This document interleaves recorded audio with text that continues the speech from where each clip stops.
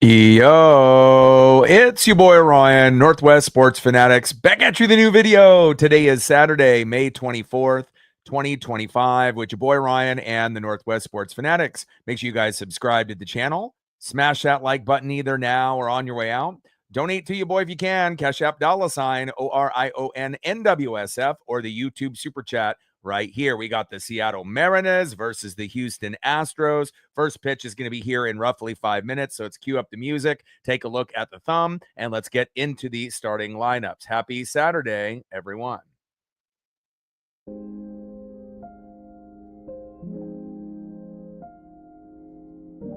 And on the thumb on the left, our ace in 2025, Brian Wu. And on the right, the Astros' best player, not named Jeremy Pena. You know who it is, Jose Altuve. Now let's get into the starting lineups here first for the visiting Seattle Mariners. Leading off for the Mariners at shortstop, J.P. Crawford. Batting second, DHing today, big dumper, Cal Raleigh. Batting third, playing center field, Julio Rodriguez. Batting cleanup, batting fourth, left fielder, Randy Arozarena. Batting fifth, catching today for Seattle, Mitch Garver. Batting sixth, playing right field this afternoon, Dylan Moore. Batting seventh, playing first base, Donovan Solano. Batting eighth, playing third base, Ben Williamson. And batting ninth, playing second base, Leo Rivas. And on the mound for the Mariners, our ace, our number one, a 5-1 record with an ERA of 2.65, should be an all-star in 2025. You know who it is. It is Brian Wu. And now let's get into the starting lineup for the home Houston Astros. Leading off for the Astros at shortstop, Jeremy Pena. Batting second, DHing today for Houston, Isaac Paredes. Batting third, playing second base, Jose Altuve. Batting cleanup, batting fourth, first baseman, Christian Walker. Batting fifth, catching today for the Astros, Victor Caratini. Batting sixth, playing center field, Jake Myers. Batting seventh, playing right field, Cam Smith. Batting eighth, playing left field, Zach DeZenzo.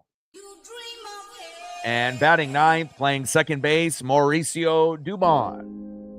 And on the mound for the Astros, one of the staples of the pitching staff, a 3-4 record, an ERA of 3.57. Welcome, Framber Valdez. Let's go, baby. Tridents up. We'll be shooting for 20 likes within the first hour, 50 overall, and 100 in the donos on every single stream. Tridents up. Let's go, Mariners. Daniel in the building. What's good? Andrea in the building. What's good? Gabriel in the building. What's good? And again, this is going to be definitely a back and forth series. Again, we definitely got stomped, in that first game, 9-2. But we recovered in a very big way yesterday with Cal Raleigh with some late inning heroics with that nice 2-run blast. And again, it was a combination of multiple guys, right? We ended up getting big results early in the matchup that was really unexpected from Leody Taveras with a solo jack. Then even more unexpected, Miles Mastroboni with a solo jack. And that kind of put us on our way. But late in the matchup, JP, getting on base and Julio knocking him in. And obviously a good call from Negron at third. And JP scores. That kind of got us in a good position. But then the next batter after Julio got that clutch RBI, you know who it is. Big dumper, Cal Raleigh at the top of the leaderboard, tied, I believe, with Aaron Judge. And again, to be able to have our own Aaron Judge, Shohei Ohtani in 2025 with big dumper Cal Raleigh, even though it hit the foul pole, it was good. And it's nice to be able to see what Cal has been doing for the Seattle Mariners. Big facts. Let's go, baby.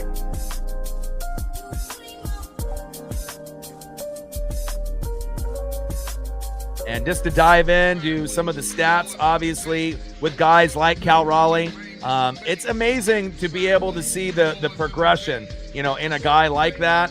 And with Cal Raleigh, let's go over some of the stats here real quick. So most go-ahead home runs for Cal Raleigh in the 7th inning or later since 2022, his rookie year. He is number 1 in MLB with go-ahead home runs in the 7th inning or later, which means he's the clutchest of the clutch. Cal Raleigh, 11 home runs. Number 2, Aaron Judge with 9. Mookie Betts with 8. Anthony Santander with 8, and Eugenio Suarez, the former Mariner, with 8. So when the game is really on the line, Cal Raleigh, there is nobody better. And then on top of that, with tying with Aaron Judge with 17 homers at the tops, Cal Raleigh leads MLB catchers in the following categories, and he ranks among all players this season. Tied for first in home runs, 17. 4th in slugging at 593, 5th in OPS at 967, with F-WAR at 3.0, he's 3rd, 175 WRC is 4th, 2.7 B-WAR, which is 6th, and a 180 OPS plus, which is 4th. So he literally is top 6 in 6 different categories. This is the MVP right here for the Seattle Mariners in 2025, and he is a definitely top 5 MVP candidate. And, again, if we didn't have Cal Raleigh on this team, we wouldn't be where we're at today. Let's see if we can get some magic out of Cal DHing in the 2-hole. Top of the 1st inning, let's get going here very shortly on first pitch. And again, Framber Valdez on the mound for the Astros, a very solid piece in the pitching rotation for Houston for many, many years. 3-4 record, 3.57 ERA. We're not afraid. We understand how good he is, but we should be able to get it done. And on the opposite side, you already know what it is. An all-star in 2025, 5-1 record, 2.65 ERA. One of the best pitchers in the game in 2025.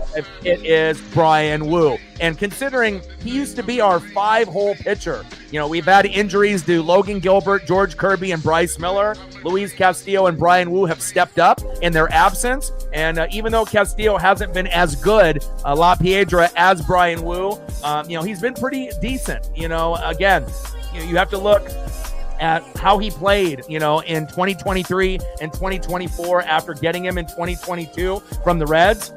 It's been kind of a decline with his stats, but in 2025, this is the closest thing that we've seen from Luis Castillo since we first brought him in, there in Cal and Julio's rookie year starting together, as well as George Kirby in 2022. Let's freaking go, baby. First pitch from Framber Valdez to J.P. Crawford in play, and grounds out to second, throw to first, 1 away. Next up for the Mariners, DHing big dumper Cal Raleigh. And the Mariners are the number 1 team in MLB in first pitch homers. And again, we'll see how many more that we can end up getting in this series. Let's go big dumper. Let's go Cal.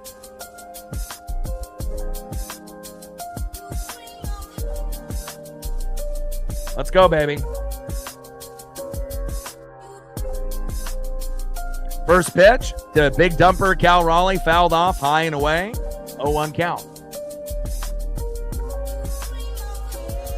Let's go, Cal. We need a great game here today. And again, if we can have a solid outing out of Brian Wu, we should be able to get this. And then, again, the question mark will be tomorrow with Luis Castillo. Early start at 11 a.m. Pacific time. But again, we've proven that we can win in the morning, afternoon, and night. It doesn't really affect us like it did. We don't strike out nearly as much. And hopefully we can find a way to get the dub here with our best pitcher on the mound, Brian Wu.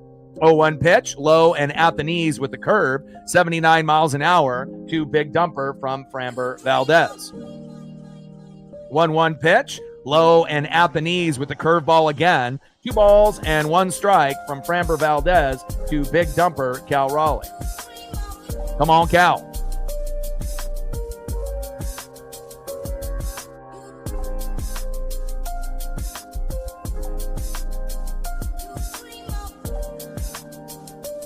Top of the first inning, 0-0 Mariners and Astros.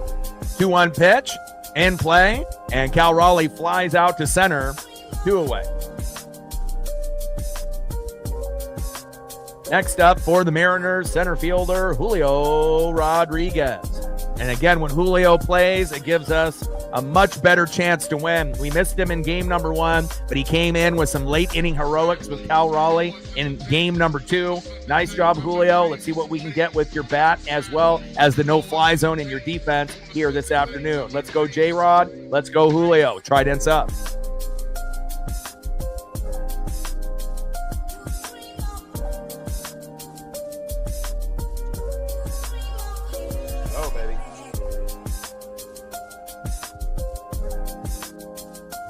I'm going to have to flip this chain around.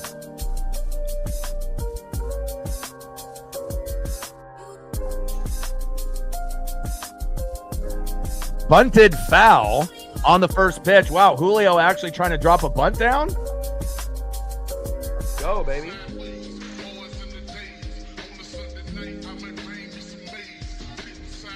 Okay. 0-1 pitch, takes a strike swinging in the same spot, low and at the knees, behind in the count, 0-2. Let's go, J-Rod. Tridents up, baby.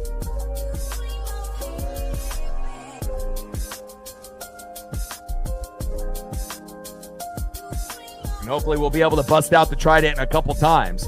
Shocking to see Julio try to drop a bunt down, but again, you know, his game is starting to evolve. And I like to be able to see that, you know, especially struggling, you know, in the first couple months. He's been very, very good in May, and I believe it will continue the rest of the season. 1 ball and 2 strikes from Framber Valdez to Julio Rodriguez. Top of the first inning, nobody on with 2 outs. Let's go, baby.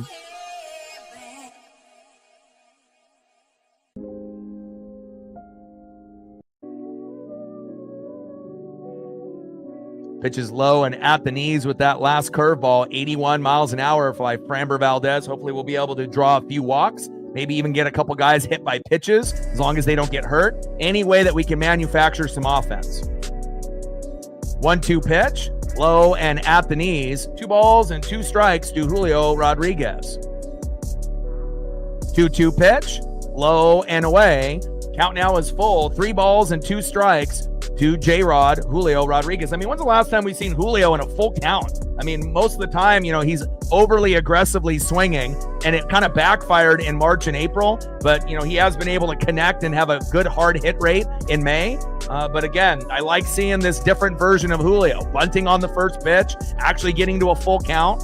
Let's go, J-Rod. 3-2 pitch, and down goes Julio Rodriguez, but that's okay. I like to be able to see him evolve as an athlete. And again, there's going to be times where he's going to have 6-pitch, 7-pitch, 8-pitch outings, and he's not going to come through with a base hit, but at least that is progression in his career. And I feel that he will be able to get us a couple hits later in the matchup. We might have to wait till Framber Valdez maybe gets pulled and for the bullpen to come in, but I know Julio is definitely on his game. All right, let's go to the bottom of the first inning. We're still knotted up at 0, and let's see who's up next here for the Houston Astros. And on the mound for the Mariners, with a 5-1 record, an ERA of 2.65, our number 1 pitcher, our ace, Brian Wu. Leading off for the Astros at shortstop, Jeremy Pena. Batting second, DHing Isak Paredes. And batting third, second baseman, Jose Altuve. Let's go, Mariners. See if I can find another Jeremy Pena photo as well.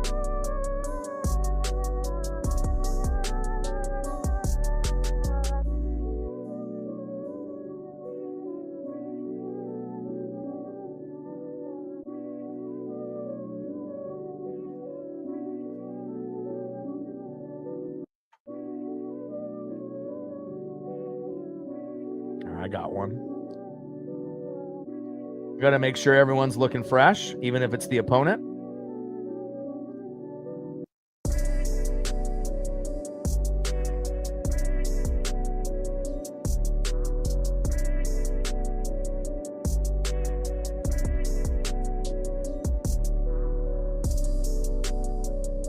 Okay, there we go.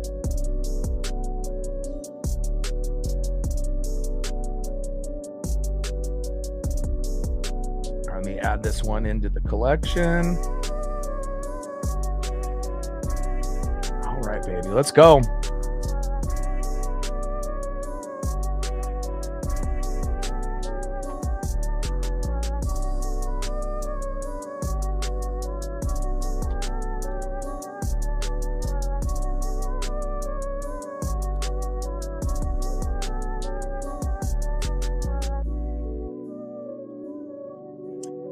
First pitch for Brian Wu to Jeremy Pena. Takes a strike looking right down the pipe. 0-1 count.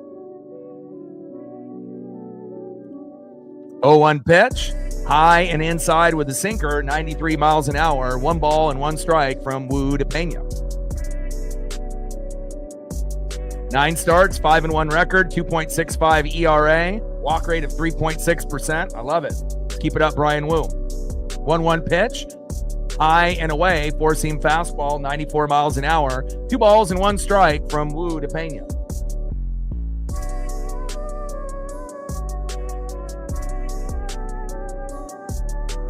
Two-one pitch, fouled off, high and away with the sinker, 94 miles an hour. 2 balls and 2 strikes with nobody on and no outs. Bottom of the first inning, we're knotted up here at 0.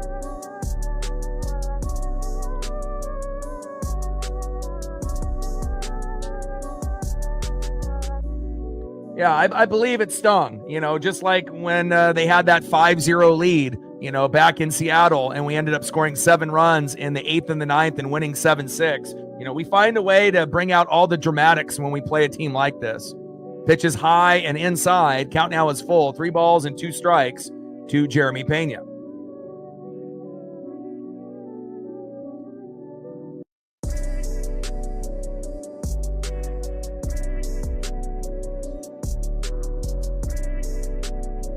And takes a strike looking right in the pipe. See ya! Brian Wu with his first K on Jeremy Pena. Way to bring that electricity, my guy. Let's go. Nice job, Brian Wu. Next up, DHing for the Astros, Isaac Paredes. Like, sub, donate, comment, share. If you haven't smashed that like button yet, please do. Help us get to 20 within the first hour, 50 overall, and 100 in the donos on every single stream. Let's go, Mariners. Reflect in the building. What's good? Hope you're having a good Saturday. Woke up super early with Paisley to go on a long walk this morning. And again, normally we're up, a little bit maybe after 7:30 or 8, but sometimes we'll end up waking up at 6 or 7 a.m. and just going for the walk. And definitely the weather is nice out here in the Pacific Northwest, that's for sure. First pitch to Paredes. High and outside with a 4-seam fastball, 1-0 count. 1-0 pitch, takes a strike looking with that sinker. 1 ball and 1 strike for Brian Wu. Great start for Wu so far in the matchup. And again, we wouldn't expect anything less from a guy that's 5-1, who used to be our 5-spot pitcher in the rotation and has moved up, based off performance, even though he might not be number 1 in the, rotation per se. He is the best player, on the Mariners as far as pitching staff in 2025.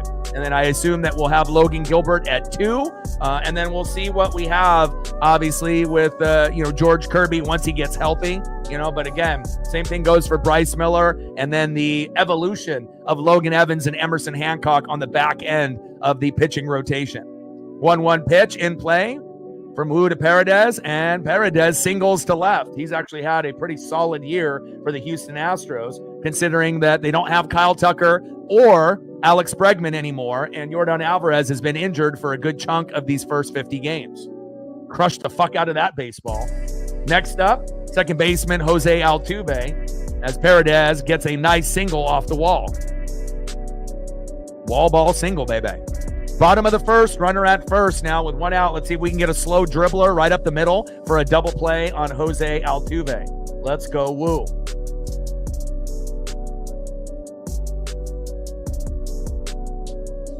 And usually, with Altuve, like I was mentioning, he's either super on, or super off. There's not really a whole lot of in between.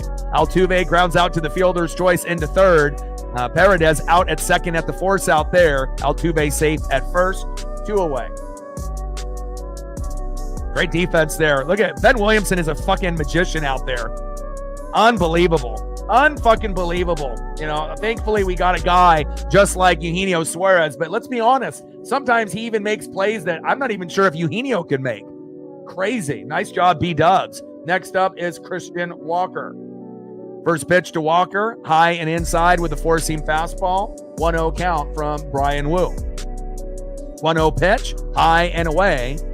93-mile-an-hour four-seam fastball again from Wu. 2-0 count. 2 balls and no strikes with a runner at first and 2 outs. Let's get out of this inning unscathed, baby. Hope you're doing good. Amazing play. And you know how much I love defense, not just as a football fan, but in all sports. Basketball, baseball, football, hockey. I love effort and hustle on defense, as well as that athleticism. Takes a lot to be able to be a great defender. Anybody can be good on offense. Not anybody can be great at defense. It takes a lot more effort. 2-0 pitch. Takes a strike looking right down the middle with the changeup, 92 miles an hour. Great pitch there by Wu. 2 balls and 1 strike from Wu to Walker. 2-1 pitch, fouled off, high and inside in the paint. 2 balls and 2 strikes from Wu to Walker. Come on, Wu. See if we can get another punch out here. Brian Wu on the mound, Christian Walker in the box.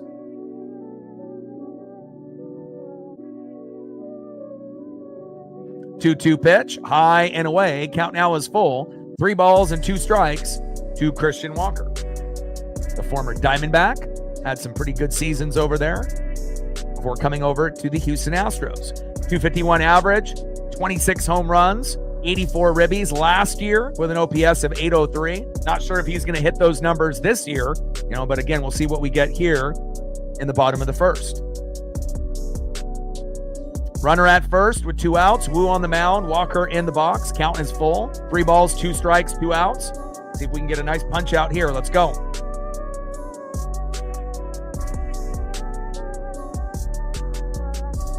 Yeah, it's great to be able to see the teams like the Mariners and the Tigers and the Cubs and the Giants, do well. Everyone knows that you're going to get good results, from other pitchers, other hitters on, teams that spend a lot of money.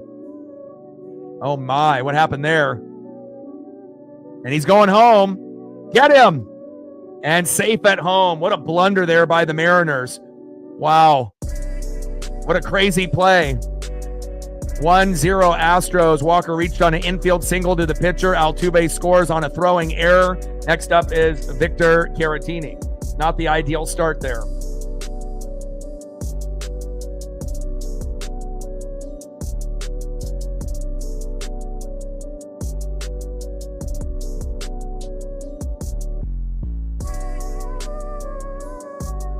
Yeah.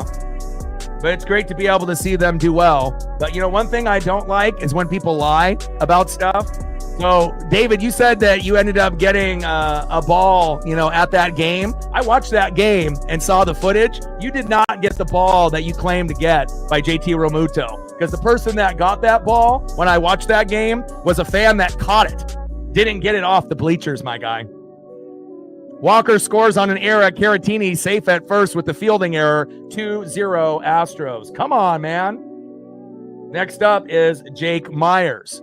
First pitch to Jake Myers. Low and away with a four-seam fastball. 1-0 count. Got to be better here with all of these throwing errors by the Mariners early on. Come on now.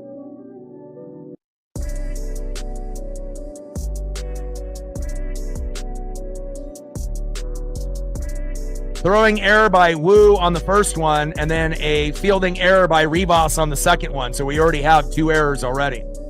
And Myers singles to right. Caratini scores. Man, unbelievable start here for the Astros. And normally our defense has been pretty good, in 2025. Just a couple mental errors there early on. And hopefully we can find a way to get out of this inning, but the bleeding is continuing. Next up is right fielder Cam Smith.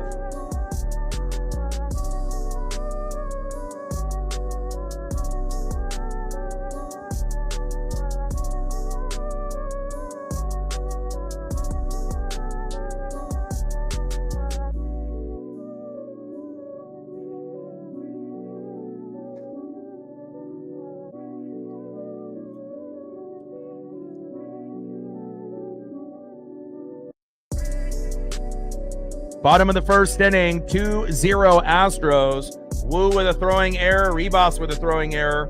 Not ideal, but we can still come back. You know, it's nothing that we haven't faced adversity before.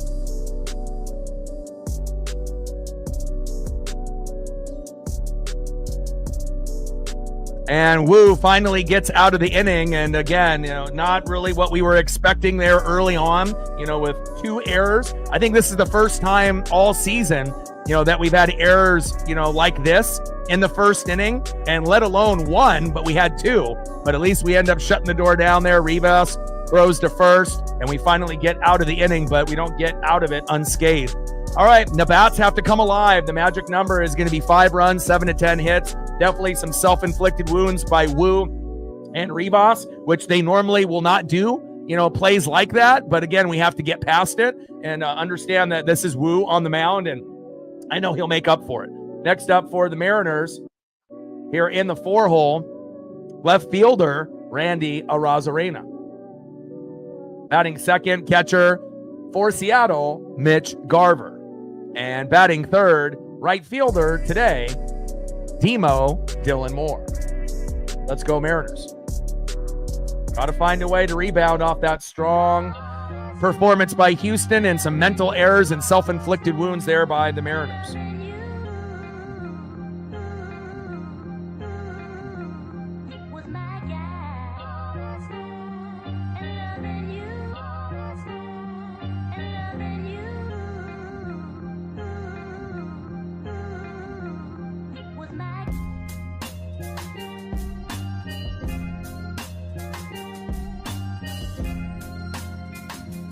Yeah, Orioles' decline is a little shocking, but again, they don't have, you know, Anthony Santander and, you know, any guy that can put up, you know, 20, 30, 40, you know, plus homers in a season to really take them to the next level. And then once you get rid of a piece like that and think that you're still going to be okay, you know, they didn't really have the best off season, you know, for keeping pieces and adding new ones. And again, you know, a young team, you know, that had promise and was starting to kind of build themselves up. But it shows you how cruel baseball can be, you know, especially if you end up, you know, letting a key cog in the wheel go like Santander. You know, if he was still there, I believe the Orioles wouldn't be as bad as of a shape that they're in at the moment, you know, especially them making changes, you know, with the manager and obviously the lineup. We'll see if they can ever recover, but I'm not sure if they're going to recover in 2025. They may have to wait until 2026 or 2027.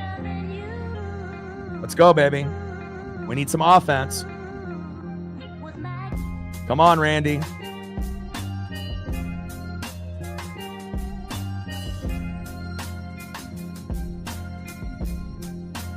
First pitch in there to Randy Arozarena. Pitch is outside, 1-0 count. 1-0 pitch. Low and away with that sinker. 2 balls and no strikes to Randy Arozarena.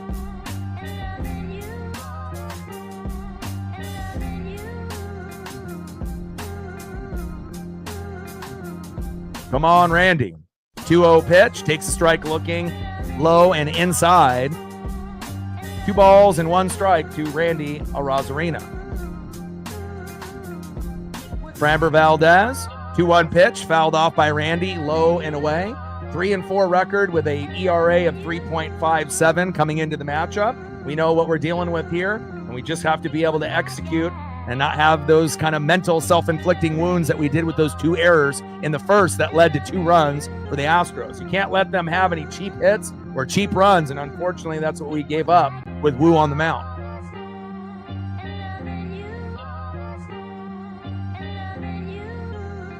Top of the second, 2-0 Astros. Not ideal of a start for us, but we'll see what happens here.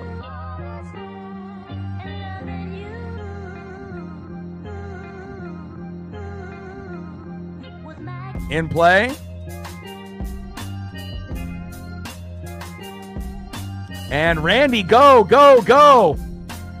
Yes, in there for a triple. Nice job by Randy Arozarena. You're not going to be able to see too many triples in MLB in 2025, but Randy connects, and obviously you had Jake Myers hustling, just goes over his mitt, bounces off the wall. Randy with some great hustle, getting all the way to third, and hopefully we'll be able to get him home here in this top of the second inning. Nice base running by Randy. Next up is catcher Mitch Garver. First pitch, curveball, low and at the knees, 1-0 count. 1-0 pitch by Valdez to Garver, low and inside. Tries to jam the hitter again, 2-0 count. And we know that Mitch won't be swinging too often at a lot of his at-bats. This might turn into a walk here. 2-0 pitch, low and at the knees, 3-0 count from Framber Valdez. Let's go. Let's take advantage of Valdez being a little wild here. Let's see if we can tie this game up in this second inning. That would be great. Hell of a job by Randy. But Wu with the throwing error for the first error, and then Leo Rivas with the second throwing error. Both led to runs being scored by the Astros. But again, I know we can still bounce back. Top of the second, runner at third, Randy Arozarena with the triple. Mitch Garver now in the box, and hopefully he'll be able to knock him in. We don't even need a home run. Just, get an RBI single. In play, and grounds out to third, but Randy Arozarena scores. No throw at home. There we go. Nice job by Mitch Garver. Swing in the bat, and we end up getting Randy to come home. And again, being down 2-0 stinks, but if you can get a run back a couple minutes later, you'll be just fine. Nice job, Randy. Nice job, Mitch. 2-1 Astros. Next up for the Mariners, playing right field this afternoon, it's Demo Dylan Moore. Let's go, M's. Try dance up.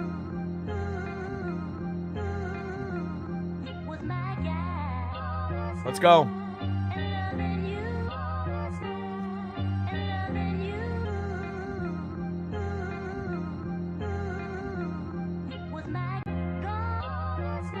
Top of the second, 2-1 Houston. Framber Valdez on the mound, Demo in the box.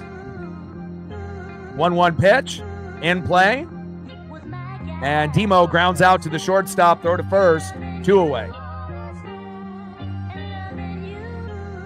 Next up for the Mariners, first baseman Donovan Solano. And, again, overall it's not working, but, we can see if we can get, him to get hit by a pitch and not get injured, take a walk, just find a way, to try to get on base. And it's not like he's going to get really more than one hit a game, and more than likely we'll have someone pinch hit for him, near the 6th or the 7th inning. But he should be able to have 2 or 3 at-bats. And if he can get at least a hit or get on base once or twice, maybe one time with a walk, maybe this at-bat and then another time with a single, I would say that would be a pretty successful Solano run here this Saturday afternoon. Top of the second, 2-1 Astros. Valdez on the mound, Solano in the box. First pitch is low and at the knees with a curve. 1-0 count. 1-0 pitch, low and at the knees again. 2-0 count. 2 balls and no strikes from Valdez to Solano. Framber, 2-0 pitch, low and away. Should be in the strike zone, but for whatever reason, the ump calls it ball. 3-0 count on Framber Valdez to Donovan Solano. And I'm hoping the photographers, even though Solano doesn't play that often, will give us more options for photos. There literally is barely anything. And we're like 50 games in. We're like a third of the way in the season. Like, how are they not taking photos of Solano? I mean, I know he's our worst player on the team, but even the worst player deserves to have some new photos available. Top of the second, 2-1 Houston. Nobody on. 3-1 count from Valdez to Solano. Takes a strike looking there, low and away, and then low and inside. 3-1 count to Donovan Solano. Come on, baby. Yeah, Valdez wishing that we had. Yeah, I agree with the ABS. And there we go. And just like I mentioned, either getting hit by a pitch or, not getting injured or taking a walk, and then maybe in his second or third at-bat getting a single, that'll help us. Nice job, Donovan, forcing the walk. And now we got a runner at first with next up in the 8th hole today, third baseman Ben Williamson. On deck, Leo Rivas. Hopefully we'll have some bunts laid down here this afternoon. First pitch from Valdez to Williamson, takes a strike looking low and away, tries to paint that corner with the changeup, 93 miles an hour by Valdez, 0-1 count.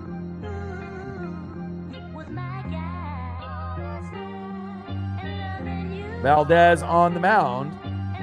Big Ben in the box. Let's go, Big Ben. We know you can make defensive gems on the daily, but we need that bat to come alive. In play. There it is. And there's Ben Williamson. Big Ben. B-dub. Singles to right. Solano to second. Let's get a little rally going, baby. Nice job. Donovan getting a walk. Ben Williamson getting a nice little single there. And next up, we have Leo Rivas. Now, I really wish we had no outs or one out because this could be like a bunt attempt. But now with 2 outs, bunting is out of the question. But let's see if Leo Rivas can get a nice, RBI single or even just a single to make it bases loaded for J.P. Crawford, who is on deck. Let's go, Leo.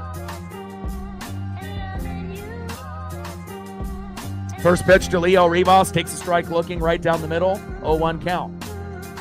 Come on, Leo.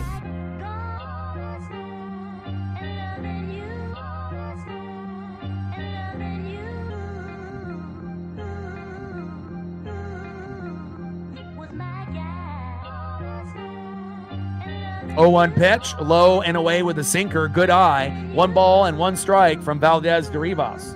Come on, Leo. Let's see if we can tie this game up here early.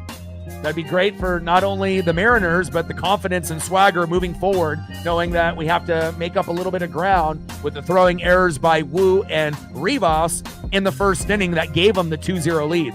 That should have never fucking happened. And again, that's the first time it's happened in 2025 for the Mariners where we've had 2 errors in the first inning. And it probably won't be the last time something like that happens, but hopefully we don't see it anytime soon.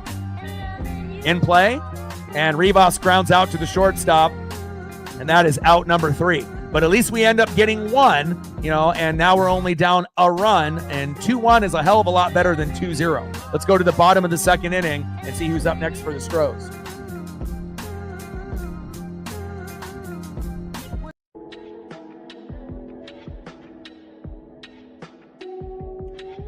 Next up for the Astros in the 8-hole, left fielder Zach DeZenzo. Batting second in the 9-hole, second baseman Mauricio Dubon. And back at the top of the order, leading off, shortstop Jeremy Pena. And on the mound for the Mariners will be Brian Wu.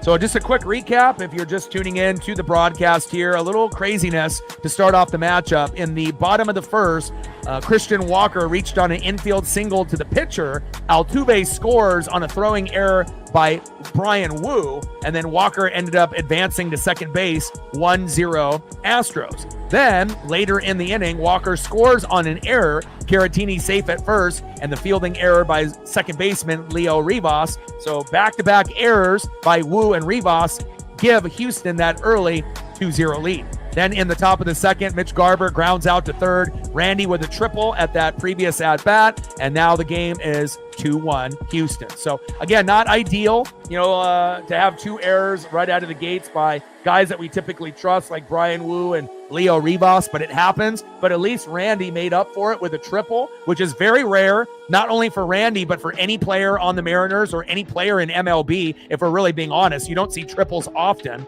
And we were able to knock him in by a little bloop by Mitch Garver. Even though he got thrown out, it was enough to be able to bring Randy home. 2-1 Houston.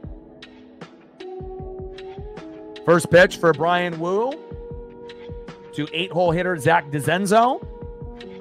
Low and away, 4-seam fastball, 1-0 count.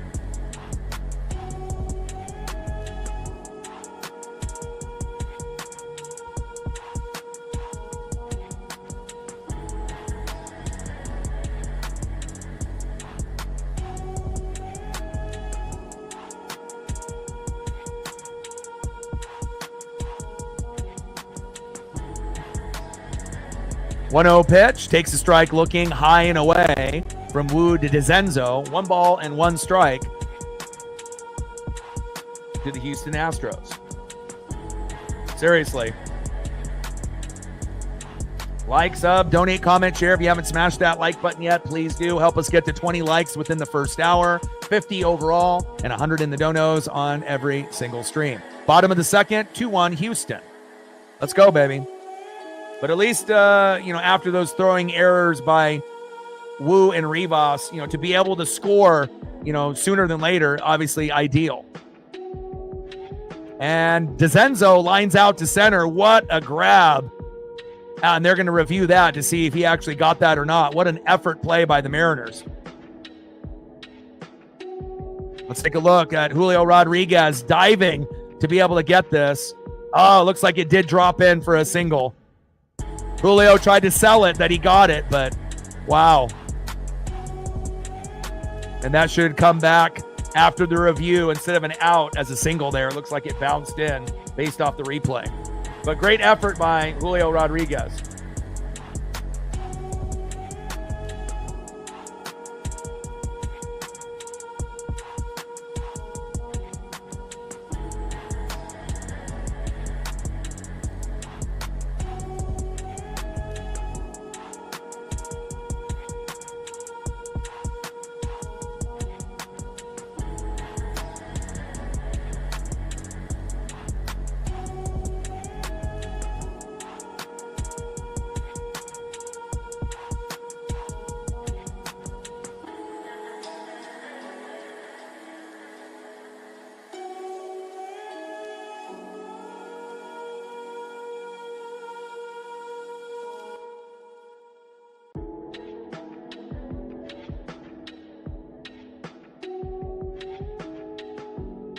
They get the correct call. No catch by Julio there. DeZenzo with a nice single in center field. Great effort by Julio, but just couldn't come down with it. Next up, second baseman Mauricio Dubon, and we're going to need a little double play here right up the middle. First pitch to Mauricio Dubon from Brian Wu. Low and away with a changeup, 1-0 count. 1-0 pitch, takes a strike looking, low and away with a sinker this time around, 93 miles an hour by Wu. 1 ball and 1 strike to Mauricio Dubon. Come on, Wu. Wheel and deal, baby. We need you. Bottom of the second inning, runner at first, 2-1 Astro lead.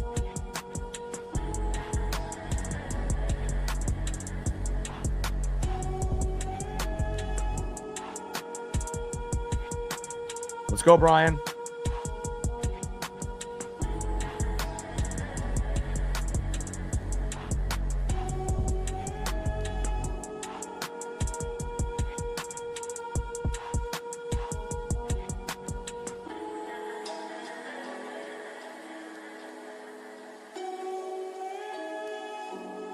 One pitch.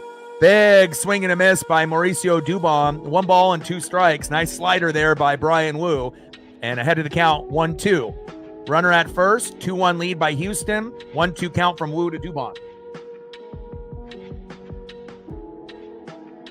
Yeah, I mean, there are obviously certain rules, based off, the clothes, the jerseys and the way they look, but there is a little flexibility, sometimes with like the cleats, and sometimes with the gloves, like you mentioned, in play.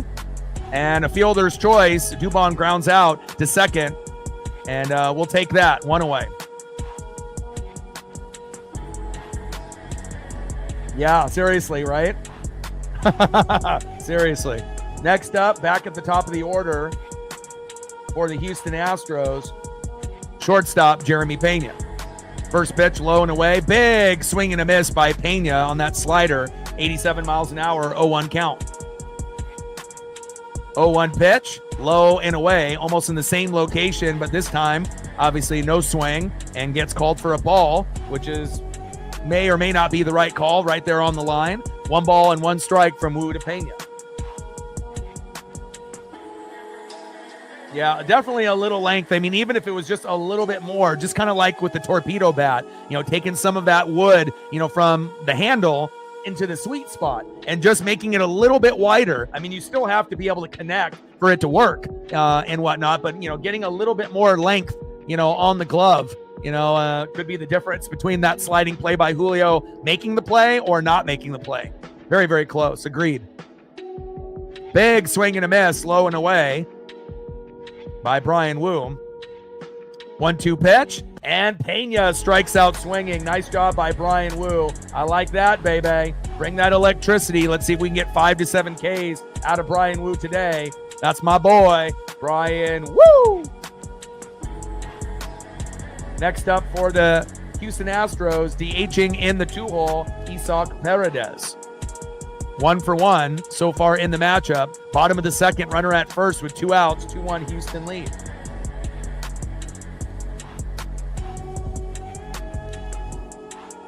Let's go, baby. First pitch to Paredes, takes a strike looking at the knees. 0-1 count. 0-1 pitch, slider fouled off by Paredes. Behind in the count now 0-2. One more strike and we can get Wu out of this inning.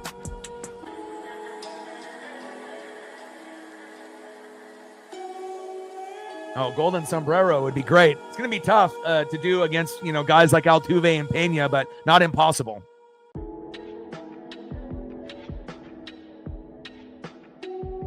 Let's go, Brian. Wheel and deal, baby. Just kind of shitty that we had to give up those 2 runs early on. But again, it's going to be separated in 2 parts, when the starters are out there and then after the mid-relievers come in. And at least we were able to rebound and get a run. So it doesn't feel like we're looking up at the scoreboard for 3, 4, 5 innings with nothing. And I still feel that we can score 5 runs in this game. 0-2 pitch, high and inside. 4-seam fastball, 93 miles an hour by Brian Wu to Paredes. 1 ball and 2 strikes with a runner at first and 2 outs. Houston up 2-1 here early.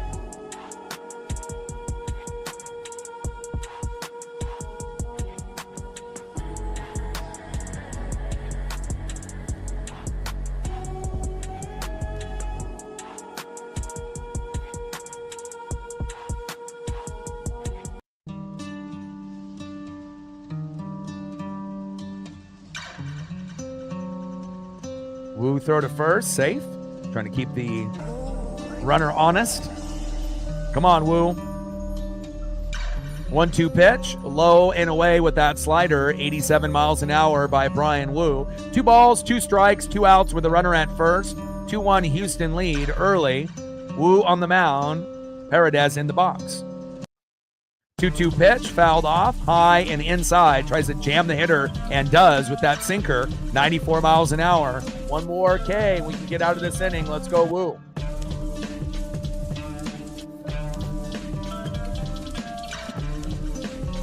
Yeah, crazy. Athletics started super strong. And there it is. Big swing and a miss. Wu with another punch out to Isaac Paredes. See ya. Nice job by Wu. But yeah, again, it's kind of crazy how the baseball season goes, depending on who you play and what their records are. You can start off really strong, like the Athletics did, and then kind of, maybe hit a touch of reality, playing some tough series and not playing up to their potential. Or same thing with like the Mets, playing some shitty teams early in the season, everyone thinking they're the best team in baseball compared to like the Dodgers and, the Padres and the Giants and what they're doing in the NL West. But it was kind of, I don't want to say, a fake record, but now seeing where the Mets are falling and the Phillies taking over, that spot in their particular division, anybody can have a great record if you play, shitty teams. You have to be able to, play teams that are mid, kind of average and above average and have that kind of blend in with the bad, the middle, and the good. And then you can kind of see how good of a team that you really are. But pretty crazy to kind of see, how good they were early and how they're kind of on a downward slide at the moment, especially the A's. But I think that they will bounce back. I don't think that this is going to be, what they're going to be for the rest of the season. They got too many guys like Butler and Rooker and a few others like Soderstrom. As long as they can fight the injuries, hopefully they'll be able to bounce back, because I would love to see the Athletics, at least contend for that second place spot for a wild card. But right now they're definitely going in the wrong direction. Agreed. Let's go to the top of the 3rd inning and see if we can tie this game up. And let's see who's up next for Seattle.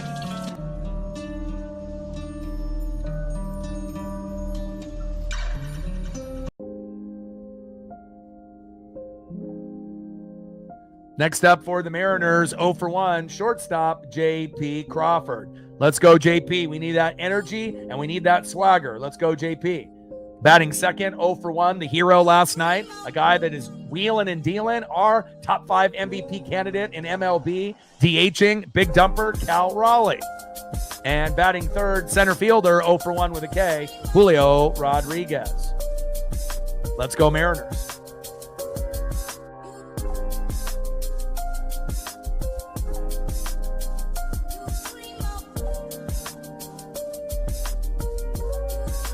First pitch to J.P. Crawford, takes a strike looking, low and away. 0-1 count from Framber Valdez. 0-1 pitch, fouled off right down the middle. JP behind in the count now, 0-2. Come on, JP. We need you, baby.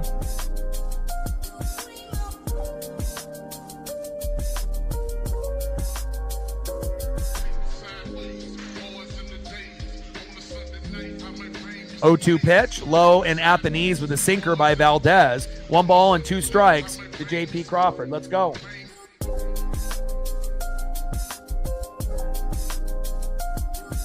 And JP strikes out swinging, 1 away. Down goes JP Crawford. Nice job by Framber Valdez. I'm not a hater here. Bringing out a little electricity there for Houston. I see you. Next up is big dumper Cal Raleigh. Cal Raleigh leads MLB catchers in the following categories and ranks among all players this season. Home runs, 17, tied for first with Aaron Judge. Slugging, he's 4th. OPS 5th. F-WAR 3rd, WRC plus 4th, B-WAR 6th, and OPS plus 4th. I don't know if anyone anticipated him being this good with the torpedo bat, but again, we love what we're seeing out of our guy, the face of the franchise, big dumper, Cal Raleigh. First pitch, low and at the knees with a curveball by Valdez, 1-0 count. Let's go, Cal. Late inning heroics. You know, there's not very many guys that can hit home runs late like Cal Raleigh. He is a true one of one. It's like having our own Mike Piazza or Pudge Rodriguez in 2025. 1-0 pitch, fouled off, low and away with the changeup. 1 ball and 1 strike to big dumper Cal Raleigh. Most go-ahead runs in the 7th inning or later in MLB since Cal came into the league. He's number 1 with 11, Aaron Judge with 9, Mookie Betts with 8, as well as Anthony Santander and Eugenio Suarez with 8 as well. No one is more clutch in MLB in the last 4 years than Cal Raleigh. Facts. 1-1 pitch, takes a strike swinging, 1 ball and 2 strikes to big dumper Cal Raleigh.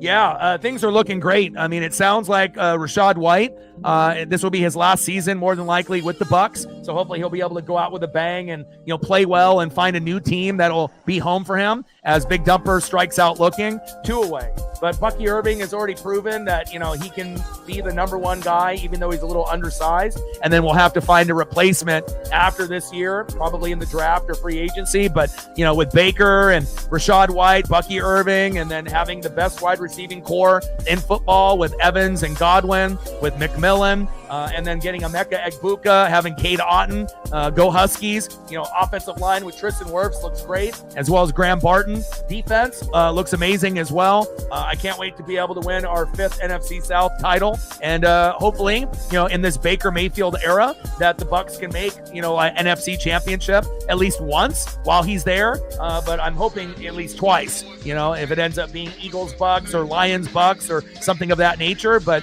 again, we just have to continue to win the division, try to win 10 to 13 games every year. We know Atlanta will be nipping at our heels. Obviously, the Saints are kind of going in the wrong direction. Panthers are trying to get out of 4th place in the South, and we'll kind of see where it goes. Valdez to Julio with a 0-2 pitch. Pitches low and out the knees. 1 ball and 2 strikes to Julio Rodriguez.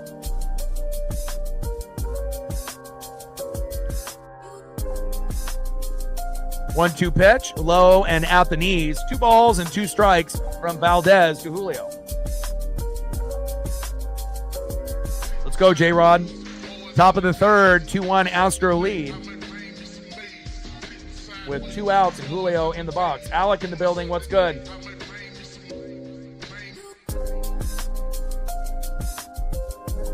I'm having a good day, and we actually play 4-game series. So tomorrow we play. So it's not a 3-game set like it normally is. We actually have another game tomorrow. So depending on what happens here today, you know, we're trying to shoot for, you know, potentially 3 out of 4. But, you know, depending on what happens here today and obviously tomorrow with Luis Castillo, you know, it might end up being a split, 2 games apiece. You know, we'll wait and see and kind of find out. So pitch is low and inside. Count now is full. 3 balls and 2 strikes to Julio Rodriguez. Yeah, normally, it's 3-game sets. Every once in a while, you'll have like a random 2-game set, where you have a team come into your, building, or you go somewhere for 2 games. The most common is 3. And, obviously you'll get 4-game sets, here and there as well. Julio had another, nice at bat. Obviously wasn't been able to, to get on base first time around, but draws a walk from Framber Valdez. You're starting to see the evolution of Julio Rodriguez. I mean, he dropped a bunt, even though it went foul on the first attempt at his first at-bat. And anytime you can end up having 6, 7, 8 pitches, for an at-bat for Julio, that's a win. And even, if he connects pretty often on the first 2 pitches, he's very overly aggressive, and it kind of backfired for him in March and April. But with that hard hit rate and good contact rate here in May, it's actually working out pretty well. But we're also starting to mix in some longer at-bats, which I really love out of Julio. Starting to become the player that we all thought that he could be. First pitch from Valdez to Randy Arozarena. Fouls that one off. First at bat, he had a beautiful triple off the wall over, obviously, the center fielder's head, out there, Jake Myers. And hopefully we can get another one here at this at bat. 0-1 pitch, fouled off that one again from Framber Valdez. Now behind in the count, 0-2 to Randy Arozarena. And Framber coming into the game with a 3-4 record, ERA of 3.57. So nothing really to get scared about. We obviously understand how good Framber is. Been a staple with this organization for a few years. But again, hopefully we can find a way. 0-2 pitch, low and at the knees with the changeup. 1 ball and 2 strikes. And nice stolen bag by Julio, not getting caught in no man's land and getting thrown out like he did in, I believe, with the White Sox series. And again, we don't want to have guys get thrown out in no man's land somewhere in between first and second. And big swing and a miss. After getting a triple in his first at-bat, Framber Valdez says, Randy, sit down, 2 away. And we'll give Framber a little love. I'm not a hater here. Nice punch out by him. And that is the end of the Mariners in the top of the 3rd inning. Oh, baby, baby, baby. All right, let's go and see who's up next here for the Houston Astros.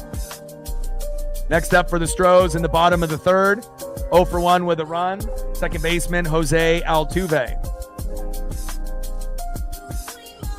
Batting second, 1-for-1 with a run, first baseman Christian Walker. And batting third, 0-for-1, catcher Victor Caratini. Let's go Mariners. Trident's up.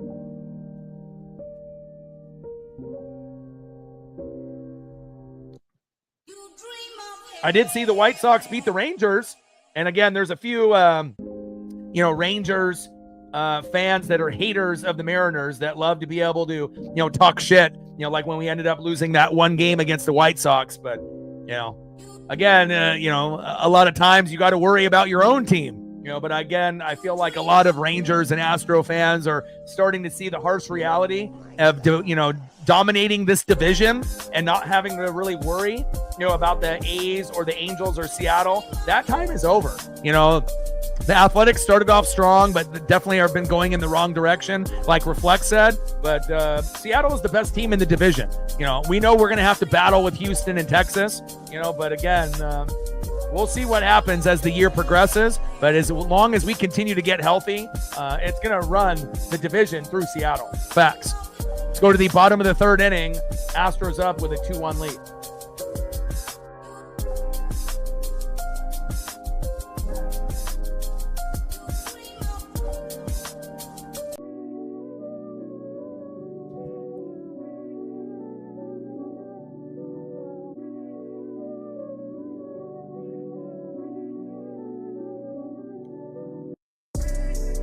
All right, we're just approaching the 1 hour mark, and we need 1 more like to get to 20 to hit that algorithm. And we have at least 20 to 24 people that haven't hit the like button yet. So if you could do your boy a solid, whether you're watching in the United States or outside of the United States, shout out to all of the global viewership that we've been getting. And we just want to be able to try to hit 50 likes on every single stream. So if you are in the building, do your boy a solid and smash that like button so we can get some more people here. Obviously in the stream that potentially can give us more likes, more subs, more views, and more donos. Let's go.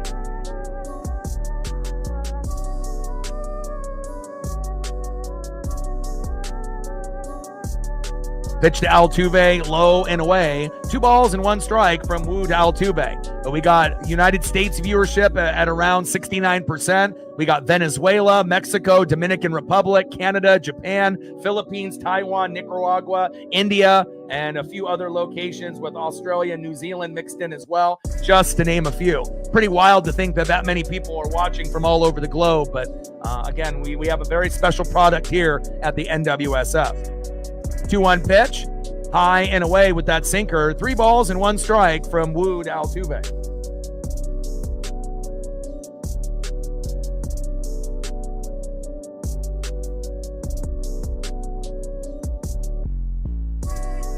Let's go, Wu. Wheel and deal, baby. 3-1 pitch in play. And Altuve singles to left. Very scrappy player. And even though he's at the back end of his career, he's still balling. Next up for the Astros, first baseman Christian Walker. We need a slow dribbler right up the middle to J.P. Crawford so we can get a double play. Let's go.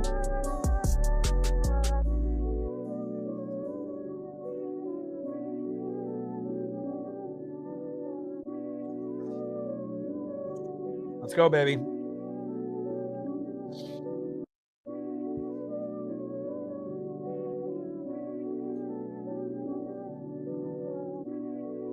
First pitch in play to Walker, and Walker singles to left, almost in the same spot as Altuve. Runners at first and second with no outs. We got to be very careful here. Next up is catcher Victor Caratini. Come on, Wu, settle in.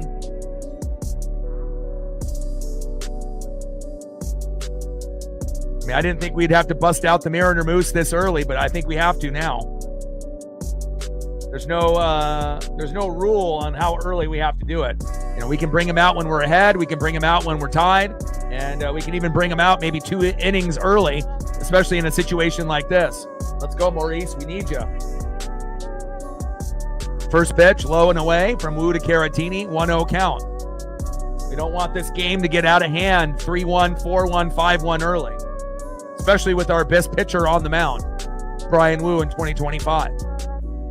1-0 pitch, high and inside, tries to jam the hitter. 2-0 count, 2 balls and no strikes from Wu to Caratini. Bottom of the third, runners at first and second with no outs, with back-to-back hits there by Jose Altuve and Christian Walker, both into left field, right in front of Randy Arozarena. Come on, Mariners, try to up, baby. Let's go. 2-0 pitch, fouled off right down the middle by Victor Caratini. 2 balls and 1 strike here in the bottom of the third.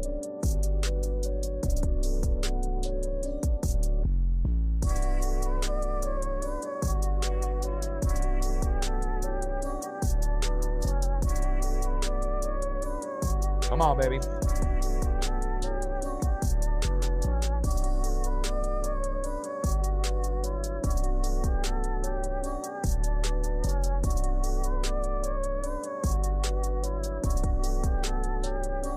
Two-one pitch, and Caratini flies out to center. Altuve to third. 1 away. Runners now on the corners at first and third, and we desperately need a double play here, right up the middle. Bottom of the third inning, runners on the corners at first and third with 1 out. Jake Myers in the box. Brian Wu on the mound. Come on, Brian.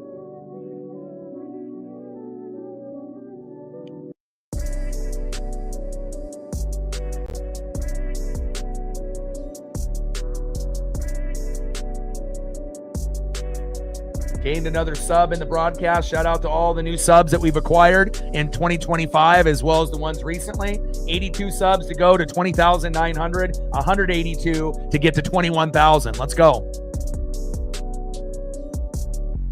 First pitch, takes a strike looking right down the middle. 0-1 count. 0-1 pitch, another strike right down the middle. Behind in the count now, 0-2 from Wu to Myers.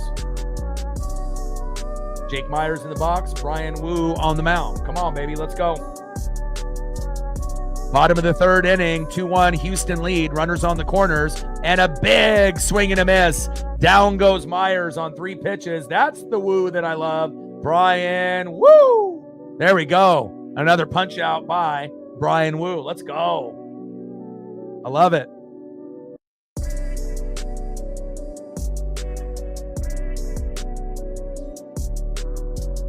Bring that intensity, Brian Wu. I love it, baby.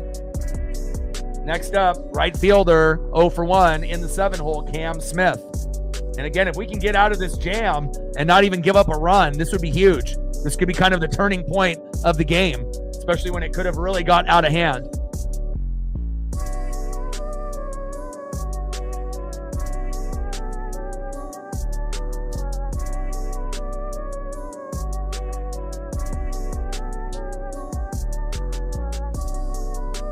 And got him. There we go. End of the 3rd inning, 2-1 Houston. Nice job by Brian Wu. Getting Cam Smith the bait on a nice out there in right field by Demo. All right, let's go to the top of the 4th inning and see if we can get a rally going to tie this game up for Brian. Next up for the Mariners, 0 for 1 with an RBI, catcher Mitch Garver. Batting second, 0 for 1, right fielder this afternoon for Leody Taveras, Dylan Moore. And batting third, 0 for 0 with a walk, first baseman Donovan Solano. Let's go Mariners.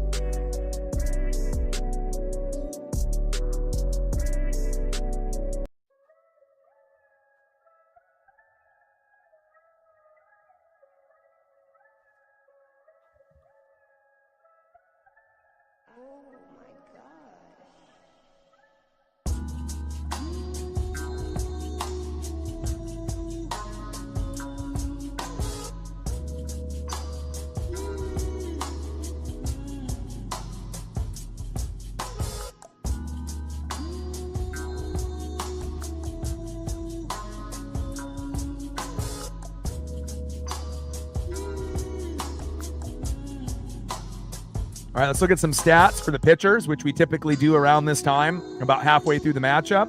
Framber Valdez, 3 innings pitched, 2 hits, 1 earned run, 2 walks, 4 Ks, 51 pitches, 28 strikes, and his ERA is relatively the same, 3.57 entering the matchup, 3.55 right now. And let's go to the flip side and go with Brian Wu.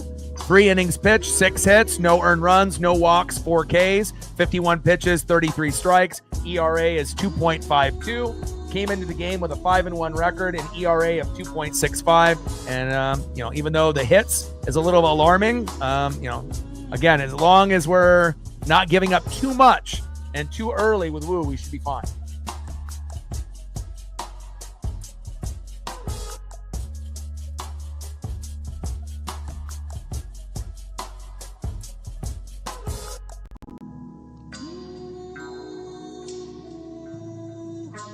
First pitch to Mitch Garver from Framber Valdez. Takes a strike looking in the zone. 0-1 count. 0-1 pitch. Low and at the knees with the curveball, 79 miles an hour by Framber Valdez. 1 ball and 1 strike to Mitch Garver. Top of the 4th inning, 2-1 Houston lead with errors by Wu and Rivas in the first that drove in the 2 runs. Randy Arozarena with a triple, Mitch Garver with an RBI, and we're sitting at a 2-1 Houston lead. 1-1 pitch. Pitch is inside. 2 balls and 1 strike to Mitch Garver. 2-1 pitch. Low and away with the changeup. 3 balls and 1 strike to Mitch Garver. And again, if we can find ways to have guys like Mitch Garver, Miles Mastroboni, and Donovan Solano even getting on base with a walk, that's a plus for us. And there we go, another walk. And again, especially with guys that typically get out pretty often like Garver and Solano, nice to be able to see them draw walks. Nice job by Mitch. Garver to first. Next up, right fielder today for Leody Taveras, Dylan Moore. Someone that's overdue for a homer. Absolutely. Let's go Demo.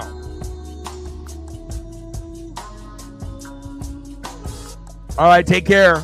Go M's, Tridents up. I'll message you later. Enjoy your barbecue.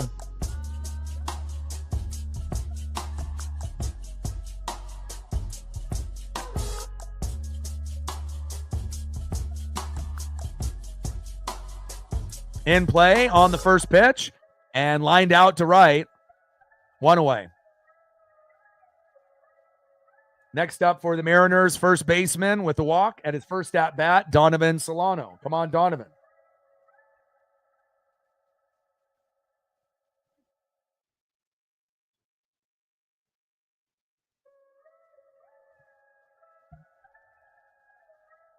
First pitch to Solano, takes a strike looking low and away with changeup.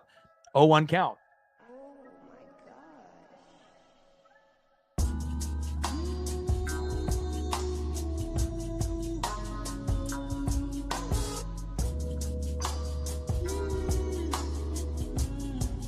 Oh, 0-1 pitch, high and away with the sinker, 93 miles an hour by Framber Valdez. 1 ball and 1 strike to Donovan Solano.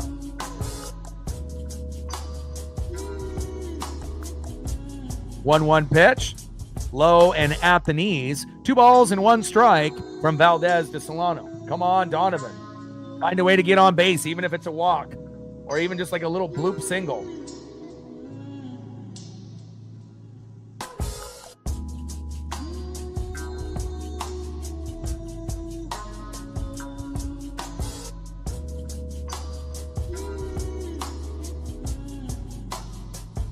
Top of the 4th inning, runner at first with 1 out. 2-1 Houston lead.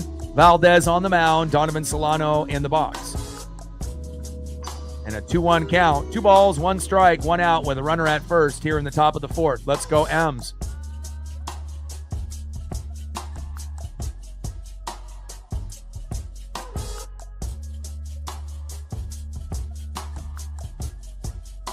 Two-one pitch.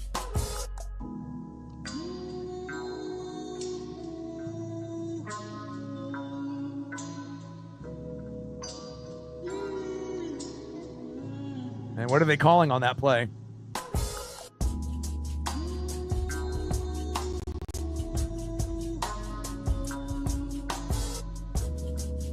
Nice little base knock by Solano, but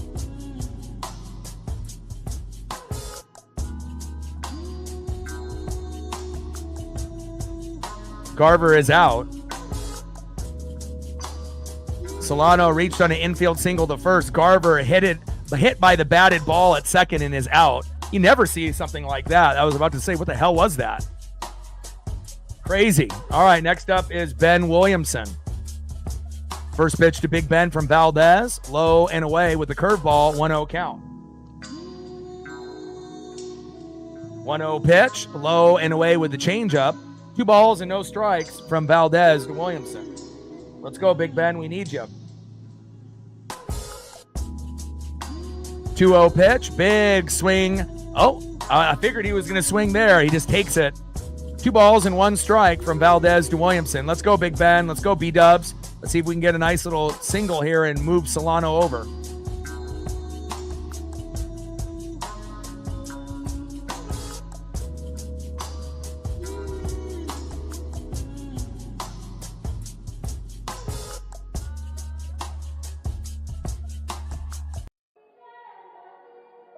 Two-one pitch, low and at the knees. 3 balls and 1 strike from Valdez to Williamson. Come on, Big Ben. Let's go, B-Dubs. We need you.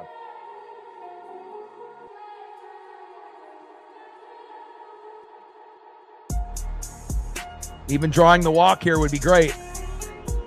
3-1 pitch, big swing and a miss. Count now is full. 3 balls, 2 strikes, 2 outs. Runner at first. We're in the top of the 4th. Mariners down by a run. Houston up 2-1. And definitely a very competitive series. And it always is when we play Houston, our number 1 rival. I think, like, as far as, like, matchups, I think I like the Astros and Yankees are my 2 favorites. Because we already know that you're in for a battle when you play those teams, and they bring out the best, in the Seattle players. Not that I don't enjoy the Rangers and the Athletics and the Angels, within the division, but we have great history with the Yankees and obviously some history, here with Houston. And Williamson draws the walk. Nice eye by Big Ben by not striking out there and with a nice little check swing. Great job, Big Ben. Next up, second baseman Leo Rivas. 0 for 1. Let's make it 1 for 2. Let's go, Leo.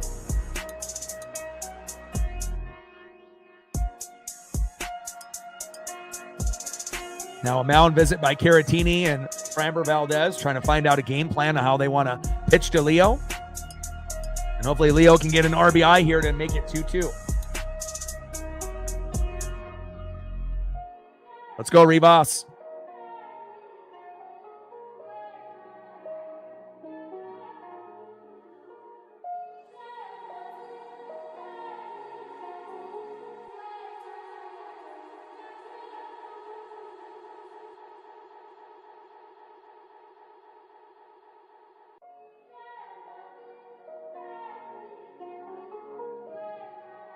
First pitch is low and away from Valdez to Rivas.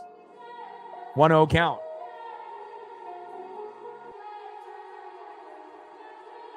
One 0 pitch, takes a strike, looking with the sinker, tries to jam the hitter there.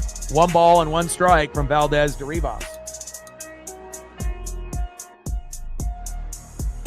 1-1 pitch, sinker low and away. 2 balls and 1 strike to Leo Rivas from Framber Valdez. I think the biggest rivalry in baseball right now, I'm not really sure if it's debatable or not, but I would say the Padres and the Dodgers, that's got to be the best rivalry in baseball. Both teams are great. They both hate each other. There's going to be others, that are important, that have a rivalry like the Yankees and the Red Sox, that has some history as well. But I think right now it's got to be Dodgers Padres, regardless if you follow those teams or not. I mean, that's, always a good matchup with those two teams. And again, they're going to be 2 of the top 3 in the National League for the foreseeable future. And down goes Rivas. We leave a couple stranded. Let's go to the bottom of the 4th inning with a 2-1 Astro lead.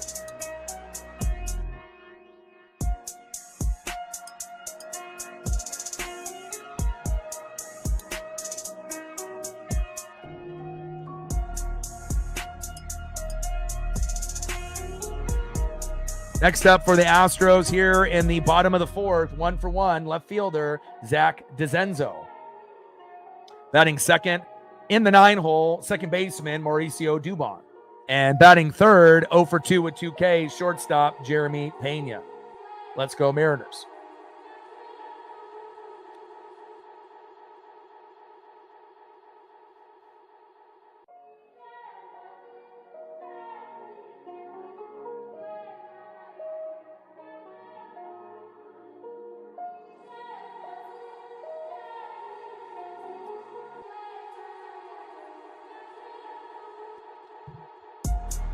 Yeah, but I would probably go, let's think. Okay, let's go Dodgers, Padres, 1.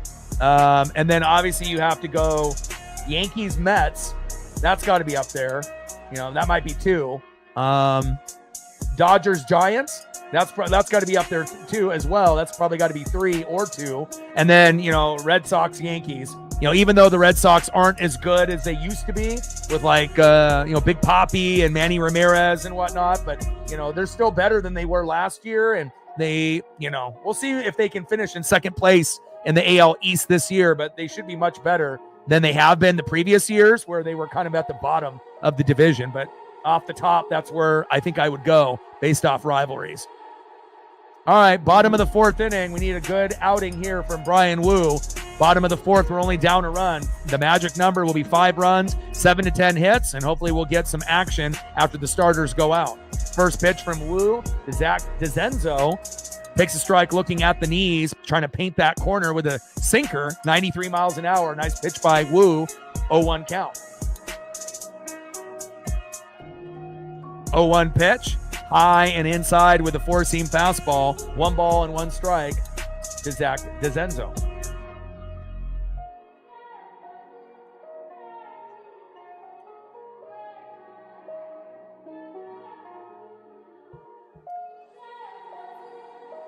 Bottom of the 4th inning, 2-1 Astro lead.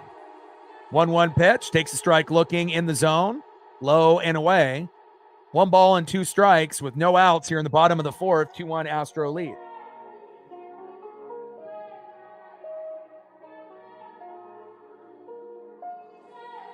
All right, we're at 27 likes. We need 3 more to get to 30, 13 more to get to 40. Let's go, baby. If you're in the room and haven't smashed that like button yet, please do. And we're still looking for our first dono on our dono train. 2-1 pitch. Fouled off, low and at the knees with that slider, 88 miles an hour by Wu. 2 balls and 2 strikes from Wu to DeZenzo.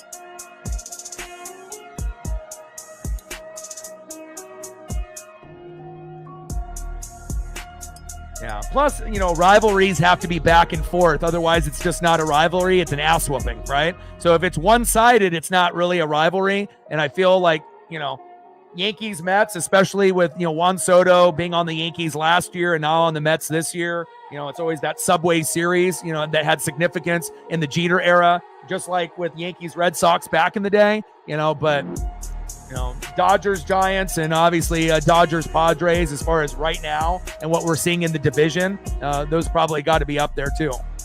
And both the Yankees and Mets are good, at this point too, so. 2-2 pitch.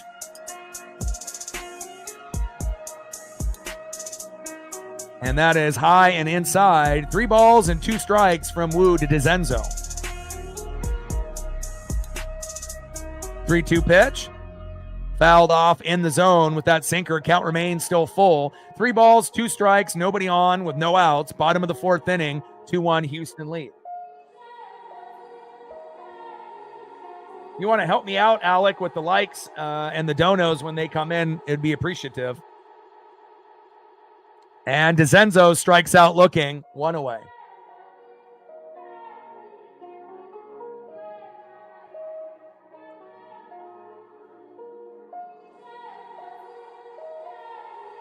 Down goes Zach. Next up, second baseman 0 for 1, Mauricio Dubon.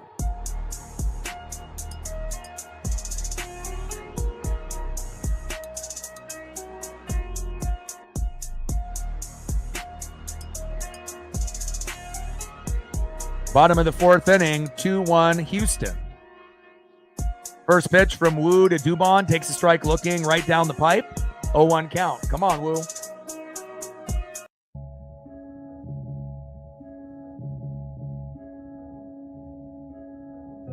And Dubon 0 for 1 at his first at bat. See if we can get more Ks here for Wu before his outing ends. 0-1 pitch in play. And Dubon singles the center right in front of Julio Rodriguez. Next up, back at the top of the order, shortstop 0 for 2 with 2 Ks, Jeremy Pena. It's pretty simple, if you're going to be here for the rest of the stream. So you just look at the number that we're at, for the likes at the moment when you're looking at the screen. So it shows right now 28. And so it would be like this. So, for example,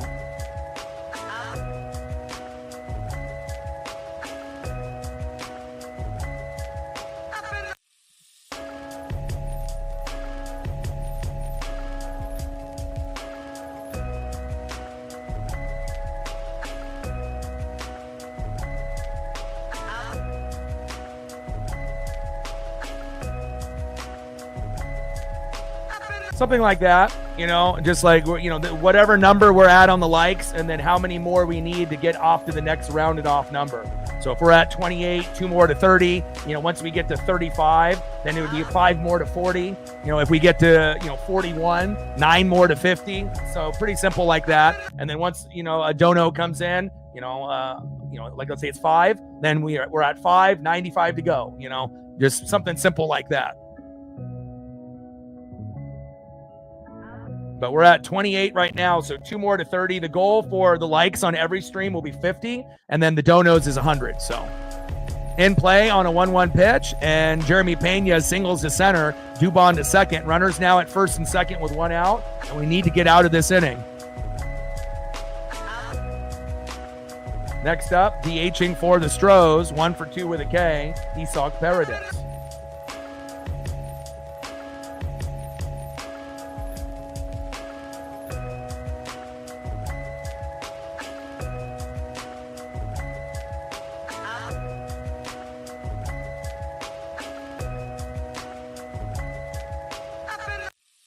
Yeah, and it doesn't have to be often, like with it, just every like maybe 15 minutes, based on where we're at. So that way we can continue to, keep climbing up, because a lot of people are watching all over the globe.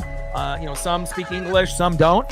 Some are going to use subtitles, but it's always just good, for people that are watching the broadcast, sometimes getting caught up in the chat or watching me, and forget, to smash that like button. And obviously that's going to be important for the metrics on the channel moving forward. First pitch from Wu to Paredes. Sinker inside, 1-0 count. 1-0 pitch. And Paredes flies out to center. Dubon to third. 2 away.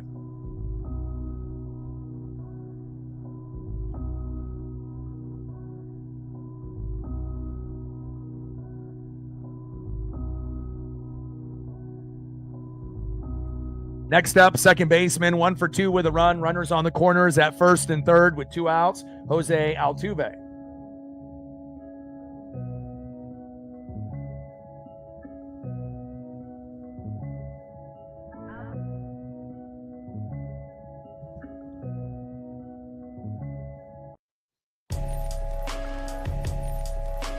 Yeah, I mean, really, you don't got to do anything besides pretty much copy this model here.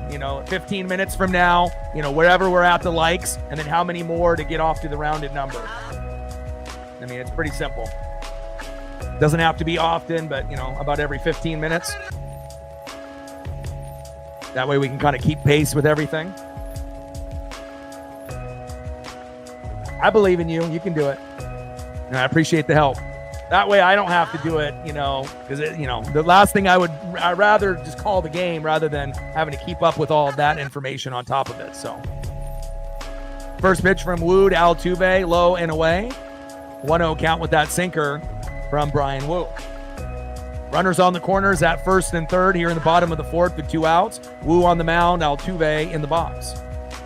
And then once one of the regulars comes in, if they come in, then they'll be able to relieve you of the duty, and they'll be able to take over, like if captain comes through at some point. 1-0 pitch, takes a strike looking on the line, low and at the knees. 1 ball and 1 strike to Jose Altuve.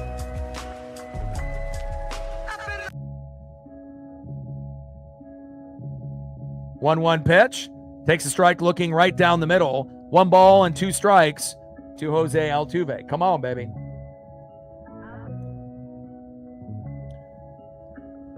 If you feel it's too much for you, I can do it myself. So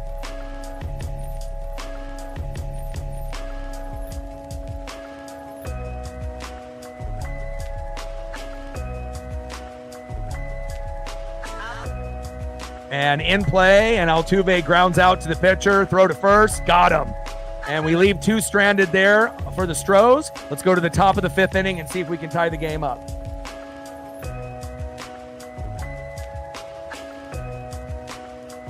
Let's go to the top of the 5th inning. Leading off for the Mariners, 0 for 2 with a K, shortstop J.P. Crawford. Batting second, 0 for 2 with a K, DHing big dumper Cal Raleigh. And batting third, 0 for 1 with a base on ball and a K, center fielder Julio Rodriguez. We got to be able to get some production out of the top of the order. Come on, JP. Come on, Cal. Come on, Julio. Let's go. If we're going to win this game, we need production from those 3 spots there at the top of the order.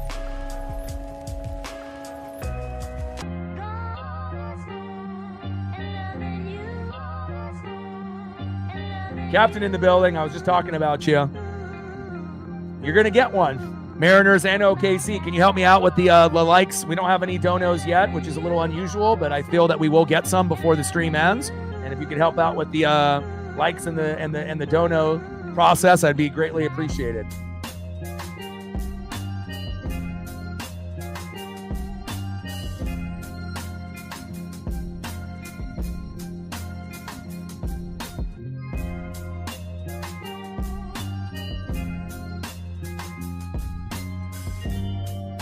And just a quick recap in the matchup, if you're just tuning in, like Captain coming through.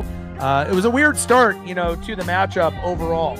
So, Christian Walker reached on an infield single to the pitcher. Altuve scored on a throwing error by Wu. It was just kind of a lot of chaos there, and it was 1-0 Houston. Then, right after that, Walker scored on an error by a fielding error by Rivas. So it's like the first time in 2025 where we actually had 2 errors in the first inning, and lo and behold, both of them ended up leading to runs. So we got ourselves in an early 2-0 hole, and it was based off throwing errors, which is weird, but again, it happened, right? And then in the top of the second inning, Randy Arozarena had an amazing triple off the wall, and we know triples don't come by that often. And then Mitch Garver grounded out, obviously, and we were able to get that run to come in. And that's pretty much the story of the game up to this point.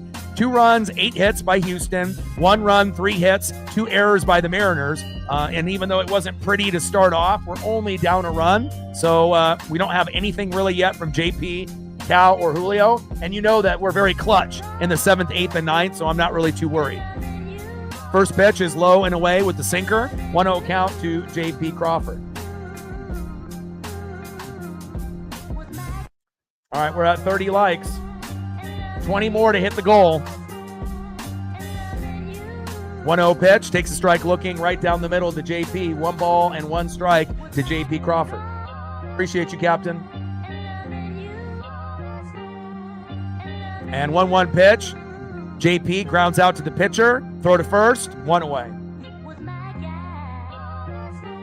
Next up, the hero for the Seattle Mariners yesterday and the hero of our team almost every day, DHing in the 2-hole, big dumper, Cal Raleigh. Let's go, Cal. Let's get it, baby.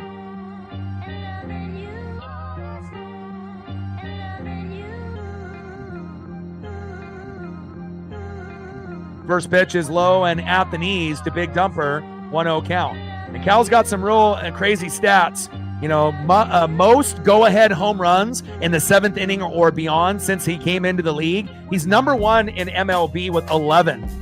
Number 2 is Aaron Judge with 9. Mookie Betts, Anthony Santander on the Blue Jays, and former Mariner Eugenio Suarez are all at 8.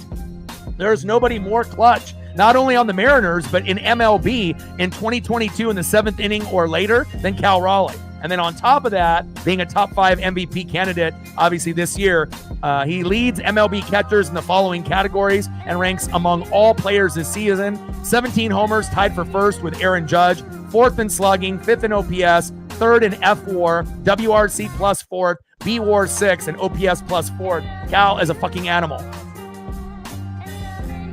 1-0 pitch, takes a strike looking high and inside. 1 ball and 2 strikes to big dumper, Cal Raleigh from Framber Valdez. 1-1 pitch, takes a strike looking in the same spot, high and tight. 1 ball and 2 strikes to big dumper, Cal Raleigh. 1-2 pitch, high and away, fouled off with that sinker from Framber Valdez. 1 ball and 2 strikes with nobody on and 1 out here in the top of the 5th. Let's go, Cal. Let's go, big dumper. We know that we get the best version of you in the 7th inning and beyond, but it would be great to be able to get something here in the 5th inning. I already knew Cal was extremely special when we first got him, you know, coming up with all those clutch hits, you know, back early in 2021 and 2022. So 2022 being the first year that he started with Julio and George Kirby. And big dumper strikes out, 2 away. He's going to leave his best performance for late in the game. Next up, 0 for 1 with a base on ball and a K. 2 long at-bats. Even tried to drop a bunt down in his first at-bat, which was wild, but it didn't end up going into fair territory, went foul. Let's see what we got here in his 3rd at-bat, Julio Rodriguez. First pitch, low and away with the changeup. 92 miles an hour by Framber Valdez, 1-0 count.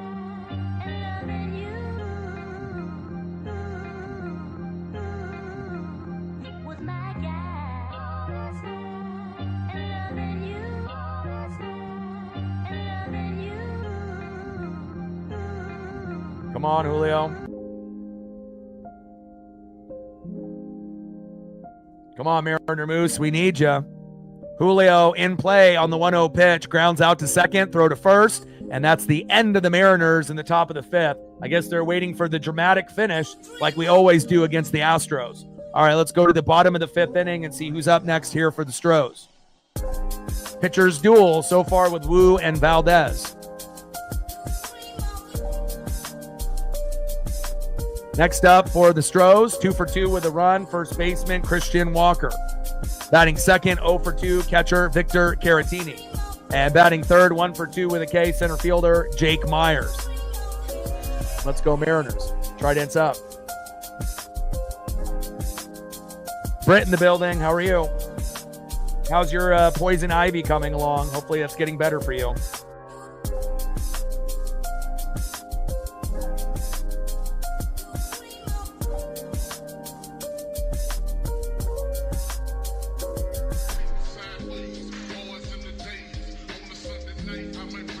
All right, take a look at some stats here in the Bottom of the fifth, Brian Wu so far.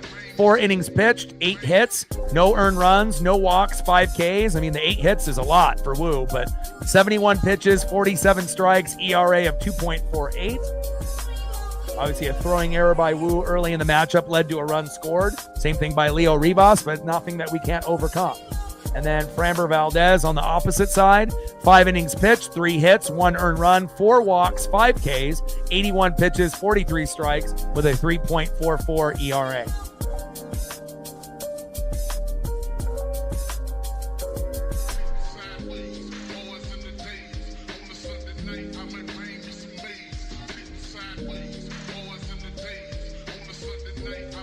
Zyrtec.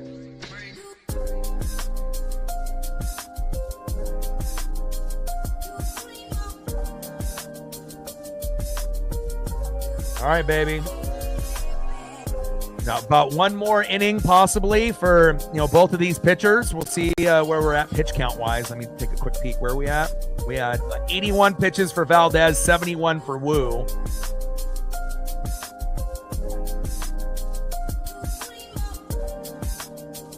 And hopefully the bats will come alive, because 3 hits is just not enough.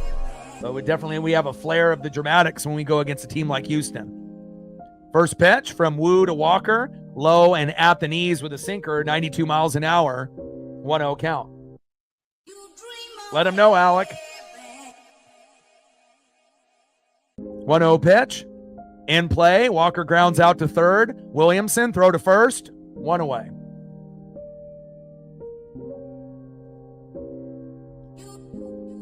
Next up for the Astros, catcher Victor Caratini. 0 for 2 so far for Victor. Oh my gosh.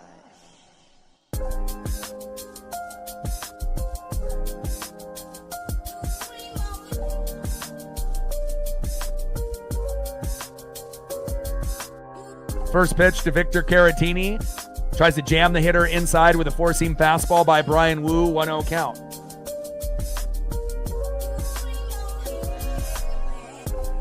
One 0 pitch, takes a strike looking, high and away. 1 ball and 1 strike from Wu to Caratini.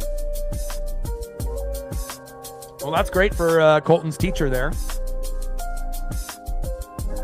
1 ball and 1 strike with nobody on and 1 out. Wu on the mound, Caratini in the box.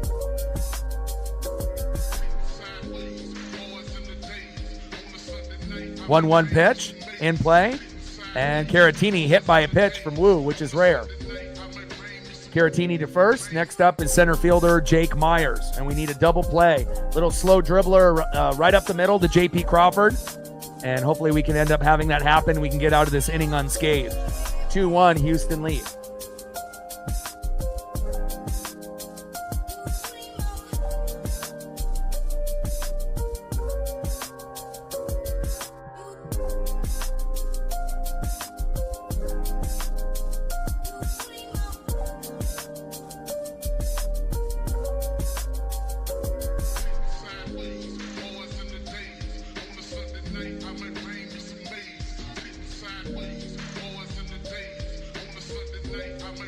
First pitch to Jake Myers, takes a strike looking in the zone with the sinker.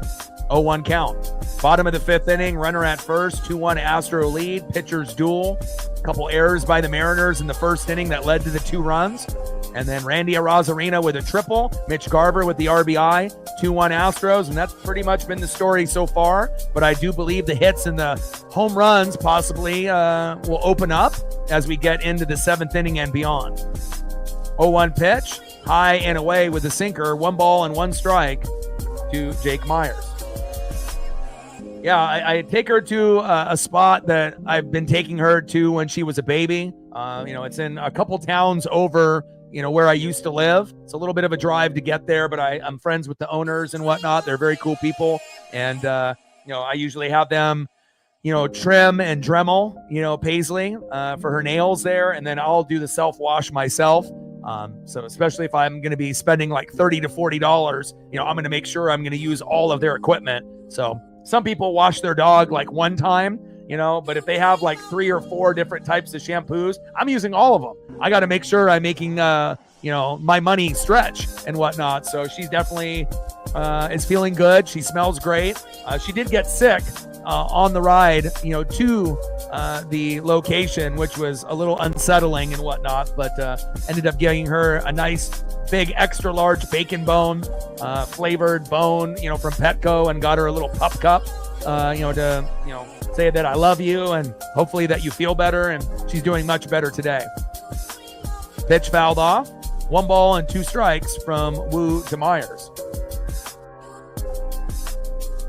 But I'm always going to, go above and beyond. Like I said, I do everything in my life, for Paisley and this channel. And again, I want to make sure that she has the best life possible. 1 ball and 2 strikes from Wu to Myers. 1-2 pitch. Little slow dribbler in between Wu's legs. Double play. Got him, baby. And you ask for a double play, you get a double play. Yeah, well, it's the first time that she's ever gotten sick. So, I'm not really sure. She's gotten sick in the past, and whatnot, but that was the first time, in the back seat and whatnot. And I don't know if it was maybe something that she ate, because normally when we go for walks, there's this really big part, that's, all grass. And I tell her not to eat the grass and whatnot. And obviously a lot of times if dogs do eat grass, it's like an imbalance in their gut. But I have, some pretty high-end dog food that I get for her that's like lamb and whatnot. And it's, the pellets and whatnot. But then I give her like blueberries and strawberries. So she doesn't really eat, anything other than what I provide for her. But, I'm thinking that I'm not sure if she, ended up eating some grass that might have been sprayed with chemicals or something like that, that made her stomach upset and then ended up, getting sick and whatnot due to that. But normally when she gets sick, it's not more than like, a one-day thing, and once that initial sickness happens, usually she's good a few hours later, and she's had no problems today. So I'm not really sure if it was anxiety or something that maybe she ate, but we usually do the same kind of routine every day. I'm walking 5 miles a day with her. So we usually try to go on 30 to 45 minute walks 3 times a day, but I'm just happy that she's feeling better today. Let's go to the top of the 6th inning and see if the Mariners can tie this game up. Astros are up 2-1 and we're ready to tie it up, baby. Next up for the Mariners, 1 for 2 with a run and a K, a triple earlier in the matchup that ended up coming home and scoring, Randy Arozarena. Batting second, 0 for 1 with an RBI and a walk, catcher Mitch Garver. And batting third, 0 for 2, right fielder Dylan Moore. Let's go Mariners.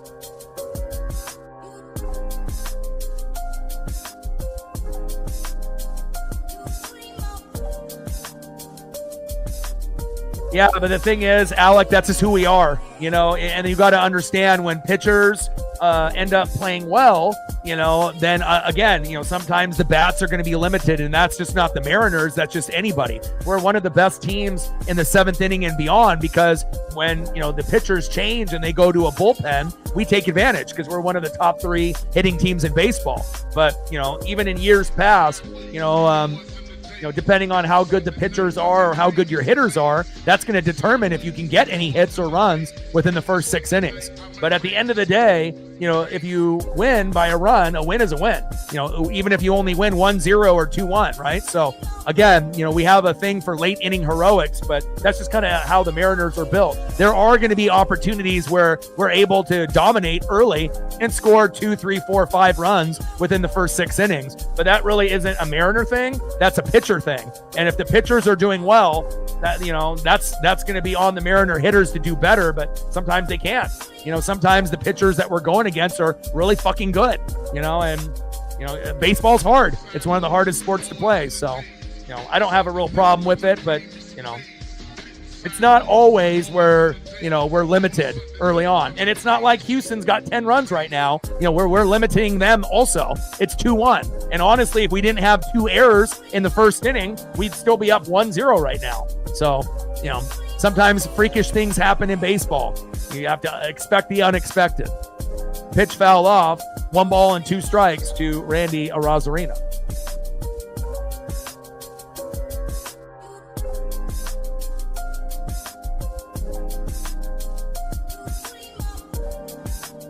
Randy fouls that one off. Count remains 1 ball and 2 strikes from Framber Valdez to Randy Arozarena. Yeah, but I mean, we like before, you got to think, in 2021 to 2024, our batting average as a team was one of the worst. It was 180 to 220 as a team. We normally would have 1 player out of 9 that was hot at all times. That's not a recipe to be good. And the crazy thing is, we only missed the playoffs with shitty hitting by like a game or 2, for those, previous years. So it's not like, we were terrible. But even though our batting average as a team was, and we were the number 1 strikeout team, we're no longer that team anymore. So we're definitely going to be able to score more and hit more moving forward, especially with getting rid of Scott Service and getting, Dan Wilson, Edgar Martinez, and Seitzer as our hitting coaches as well. Randy pops up, out, 1 away. Next up is Mitch Garver.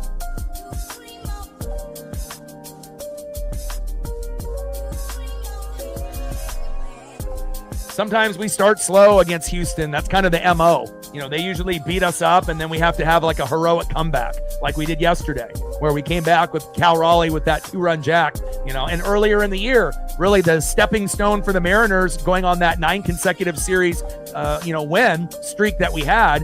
We were down 5-0 to the Astros early in the season in Seattle in the 8th inning, 5-0. We scored 7 runs in the last 2 innings and won 7-6, won the series 2-1. Then swept the Rangers in 3 and never looked back. So, sometimes you have to have a little plan of the heroics when you go against a team like the Astros or the Yankees. And those are the 2 teams that I love matching up the best, just because I know that it's going to bring out the best in our guys. Pitches low and at the knees. 2 balls and 1 strike from Valdez to Garver. Come on, Mitch. Like, sub, donate, comment, share. 7 more likes to 40, and we got a goal to get to 50. Let's get there, baby. 17 more to get the goal before we end the stream. If you haven't smashed that like button yet, please do. And we're still looking for our first dono on the dono train.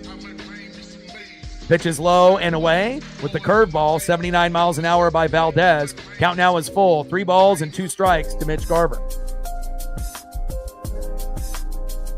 Somebody get us off the schneid. Almost 2 hours in. All it takes is 1 person. And then another one after that. Top of the 6th, 2-1 Houston.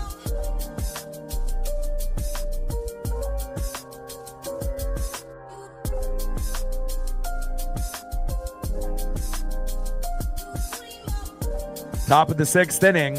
Valdez on the mound. Garver in the box. Come on, Mitch. See if we can end up drawing another walk or if he can get a single here. In play.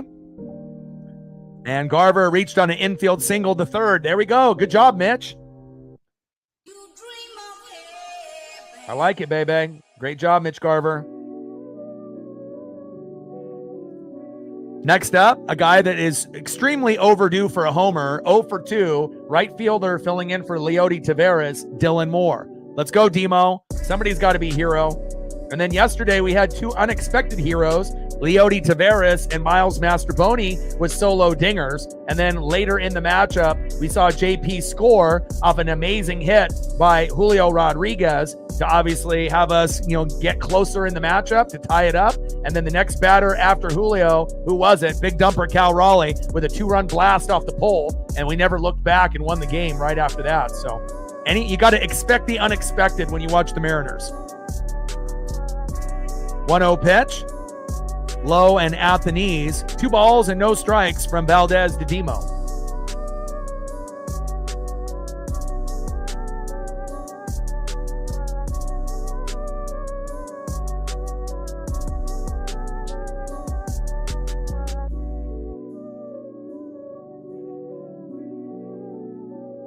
Top of the 6th inning, runner at first with 1 out. Valdez on the mound.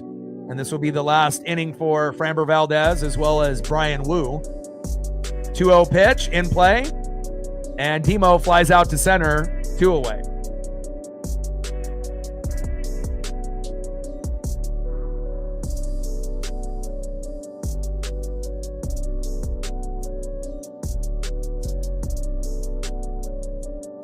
Next up, 1 for 1 with a walk. First baseman Donovan Solano, maybe the most productive game he's had up to this point. getting on with a walk and getting a single. Let's see if Donovan can end up having a good game here. You never know. We don't expect ever, for him to really homer or Garver or Mastroboni. So really anything that you can get from the lower end guys on the team is a bonus. And maybe we can get another walk here out of Donovan Solano to get runners at first and second. First pitch from Valdez to Solano at the knees. Curveball, 81 miles an hour, 1-0 count.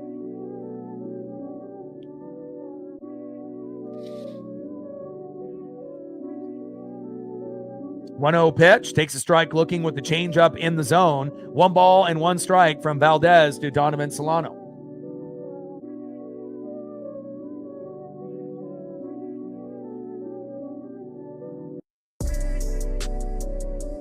Five more likes to 40. Let's get there, baby.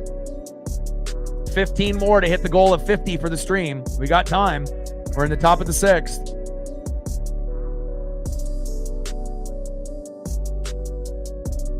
A single and a walk for Donovan Solano, probably the most productive game that he's had. He normally, is going to go 0 for 5 or, if he plays the whole game, but typically he doesn't. He might have like 3 at-bats. And Garver steals second. There we go. A little wild throw. It's been a kind of a crazy day with throwing errors and wild throws here between the Astros and the Mariners.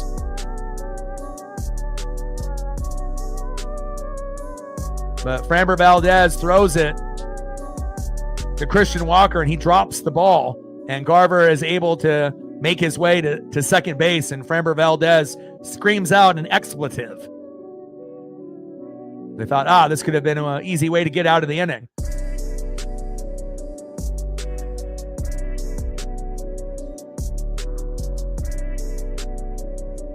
Pitch is outside. 2 balls and 1 strike to Donovan Solano.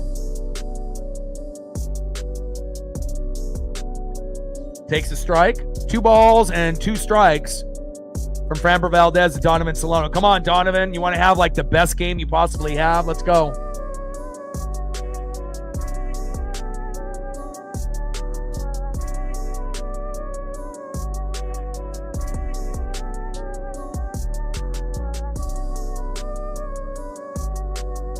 Two pitch right up the middle. Throw to first. Wow, what a defensive gem. Wow.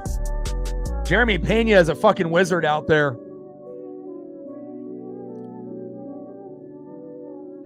All right, let's go to the bottom of the 6th inning. See who's up next here for the Astros.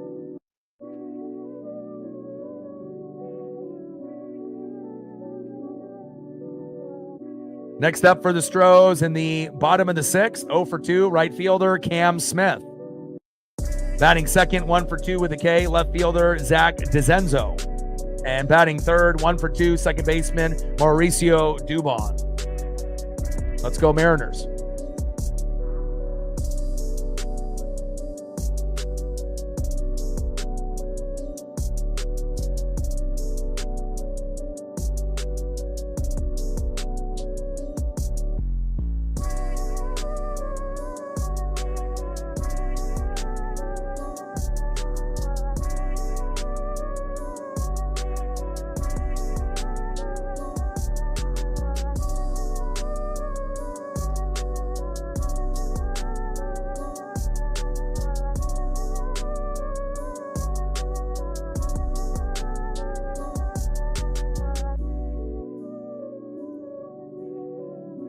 And Wu is at 81 pitches, so this should be the last inning for Brian Wu, and hopefully he'll be able to come out of this inning unscathed. We need that energy. Let's go, Brian.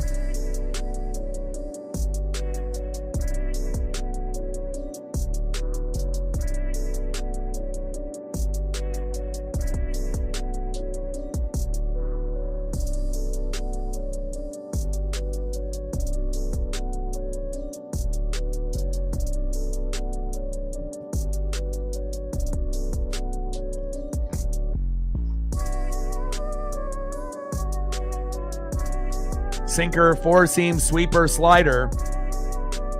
8 hits allowed, which is very high for Brian Wu, but hopefully that will be it. First pitch, inside from Wu to Smith. Sinker inside, 1-0 count. 1-0 pitch, high and away with a sinker, 94 miles an hour. 2 balls and no strikes from Woo to Cam Smith.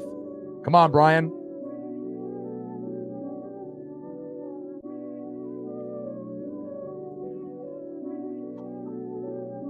We're almost 2 hours in. Who's going to be the first person to start the Dono train? Little odd. 2-0 pitch in play, and Cam Smith singles right up the middle in front of Julio Rodriguez. Nice base knock by Cam. Next up for the Astros, left fielder Zach DeZenzo. Hopefully this will be a double play. Little dribbler up to JP and a throw to first. And hopefully we can get out of this inning unscathed. Let's go, Woo.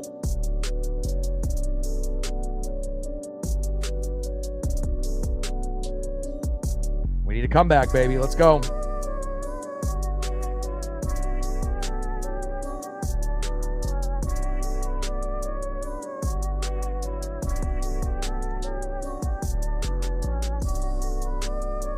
We need a rally. Let's go, baby.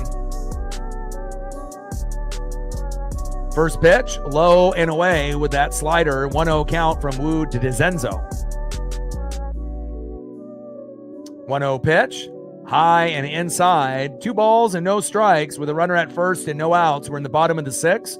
This should be Woo's last inning pitched, and we're down 2-1. Throwing errors by Woo and Rivas in the first inning led to the 2 runs. Randy Arozarena with a triple, Mitch Garver with the RBI, and that's where we're sitting right now with a 2-1 Astro lead. 2-0 pitch, fouled off right down the middle by DeZenzo. 2 balls and 1 strike from Woo to DeZenzo. Come on, baby.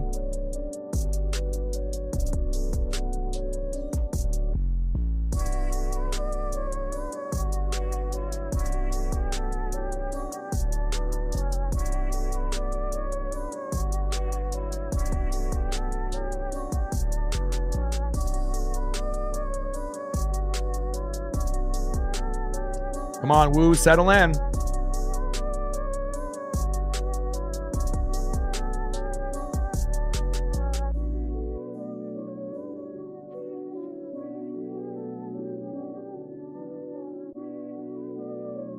Throw to first, trying to keep the runner honest. He's safe.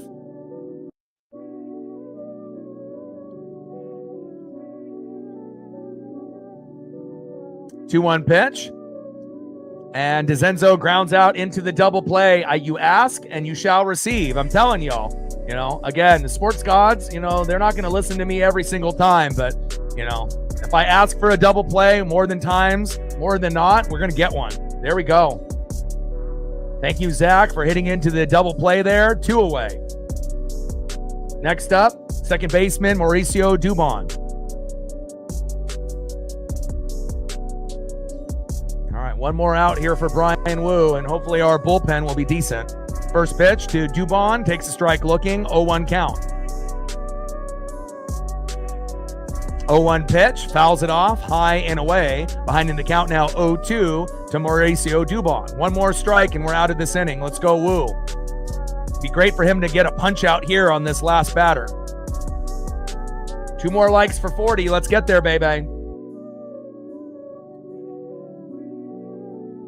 We're 12 away from hitting the goal to get to 50 before the game ends. 0-2 pitch, fouled off, low and away. Count remains still 0-2 from Woo to Dubon. Bottom of the 6th, 2-1 Astros. And again, it's just unfortunate that we had those throwing errors in the first, because maybe the game would be 1-0 Seattle at this point, or maybe 1-1, but, haven't seen anything like that really all year, but again, you need more than 1 or 2 runs to win a baseball game. So definitely the bats should come alive here in the 7th, 8th, and 9th, especially once the starters, Framber Valdez and Brian Woo, go out. Hopefully our bullpen doesn't choke. Hopefully our bullpen is the stronger bullpen. 0-2 pitch, low and away with a slider, 89 miles an hour by Woo. 1 ball and 2 strikes with nobody on and 2 outs. We're 1 strike away from getting out of this inning and having Woo hit the showers. Decent outing, obviously only giving up 2 runs.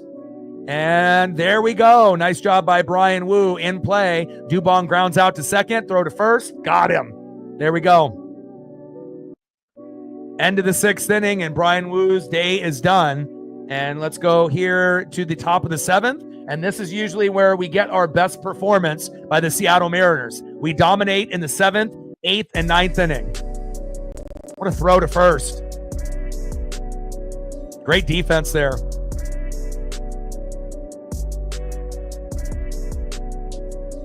Nice job by Leo Rivas there, and him and JP are magicians, as well as this guy right here, Ben Williamson at third. I love defense. Next up, 1 for 1 with a walk. Third baseman, Ben Williamson. Maybe drop down the bunt and then get on base. You got to think outside the box. Batting second, 0 for 2, drop a bunt. Second baseman, Leo Rivas. I mean, my double play predictions have come true. Let's try to bunt. Let's do something out of the ordinary to get on base. And batting third, 0 for 3 with a K, shortstop JP Crawford. Drop the bunt. You never know. I mean, depending on how many outs there is, as long as there's not 2 outs and JP is up, I'm telling y'all, you drop the bunt, teams are not prepared defensively for it, and then it could lead to a wild throw for the Astros like we had with Woo and Rivas in the first inning. They got 2 runs off that, right? So who's to say that we can't get 2 runs if we actually drop some bunts down? They're bringing in Sosa, relieving Framber Valdez. Let's take a quick peek at Framber's last numbers, as well as Brian Woo. So Framber Valdez, 6 innings pitched, 4 hits, 1 earned run, 4 walks, 5 Ks, 101 pitches, which is quite a bit. 55 strikes, 3.39 ERA. Came into the game with a 3-4 record, 3.57 ERA, brings it down to 3.39. And then as far as Brian Woo, his day is done. 6 innings pitched, 9 hits, which is a lot for him. No earned runs, no walks, 5 Ks, 93 pitches, 60 strikes, and his ERA is now down to 2.40. Came into the game with a 5-1 record, an ERA of 2.65, which is now 2.40.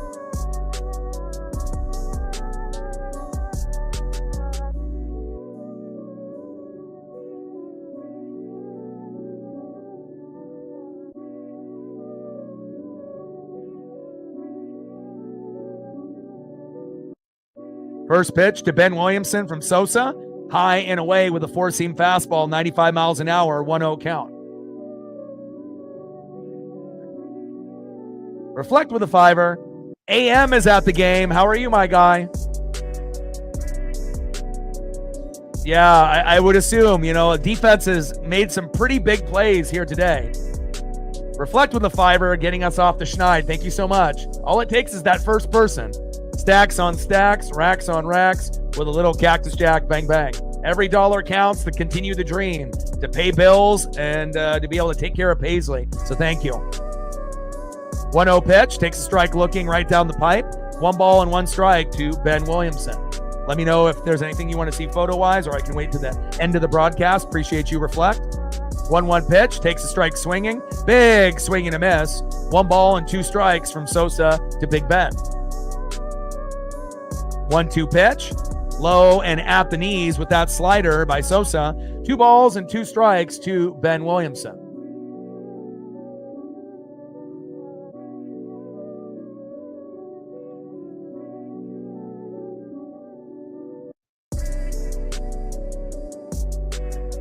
Yeah, nice to see him back on the Braves and, getting off to a fast start for them.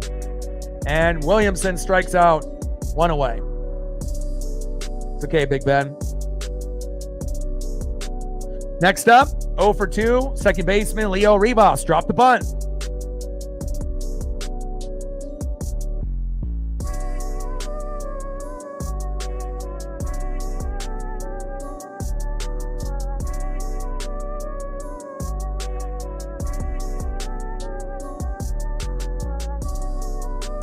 First pitch, high and away to Leo Rivas. 1-0 count. 1 more like to 40. Let's get there. 11 more to hit the goal before the stream ends, and we got 3 innings to do it. I think we can do it. Top of the 7th inning with 1 out, 2-1 Astro lead. It was a pitcher's duel. And really, it was self-inflicted wounds. It's not like the Astros did something, phenomenal on us in the first inning. We just kind of fucked up, with throwing errors that brought in 2 runs, 1 by Woo and 1 by Rivas, but Rivas can make up for it here. 1-1 count. And a 1-1 pitch in play. Ribas grounds out to second, throw to first, 2 away. Now we're back at the top of the order. Shortstop, J.P. Crawford. Come on, J.P. You're 0 for 3 with a K. And if there was ever a moment where we needed J.P. to come up big with like a homer kind of out of nowhere, maybe it's right now.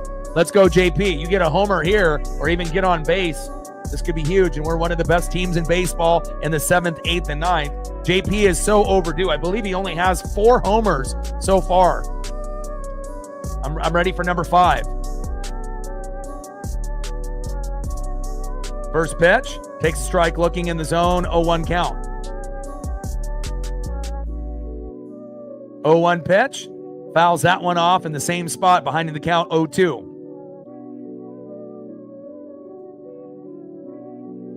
Oh, prime Griffey. I mean, we know Felix Hernandez had the no-hitter and, he was amazing and whatnot. But, if I had to go through the whole career, I mean, as long as we're talking about, Griffey not being injured, healthy Griffey and healthy Felix, I'm going Griffey.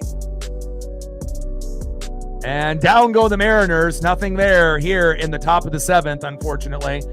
JP needs to get going again, and hopefully he will. Let's see who's up next here in the bottom of the 7th. Here for the Astros. Trident's up. Let's go Mariners. We need a rally.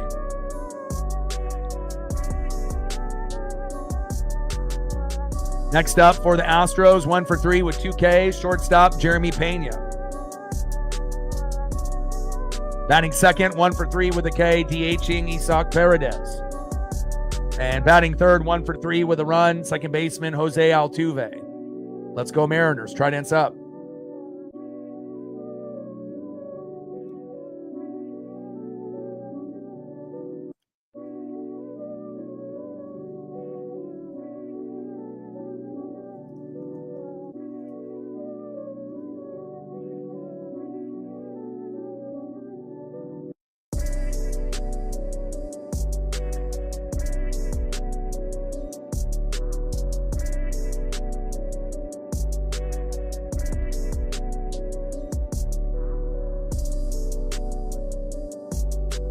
I hear you, Paisley. Lay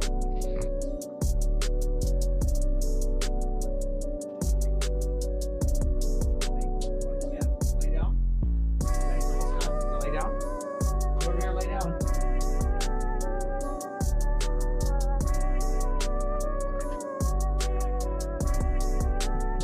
Lay down. Lay down. Legomina is coming in here for Woo.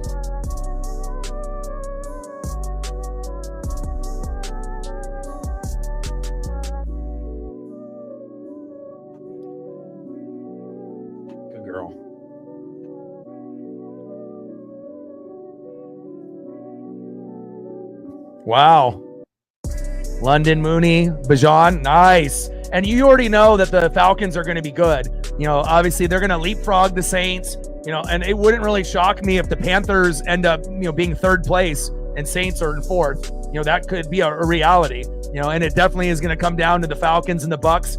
Obviously we're trying to win our 5th NFC South crown. I feel top to bottom, the Bucks are the better team, but if there's injuries to any key guys like Baker Mayfield or Evans or Godwin, Rashad White, Bucky Irving, Levante David, or, Antoine Winfield Jr., or, one of the key cogs in the wheel. Yeah. I mean, it's definitely possible that Atlanta, wins like 10 games and they end up winning the division and, the Bucks get second, but I think both teams, I know the Bucks are going to be shooting for 10 to 12 wins, and I assume Atlanta, is going to be shooting somewhere between that number as well. And, maybe the Bucks win 11, the Falcons win 10, or vice versa. But should be fun to watch, moving forward. That's for sure.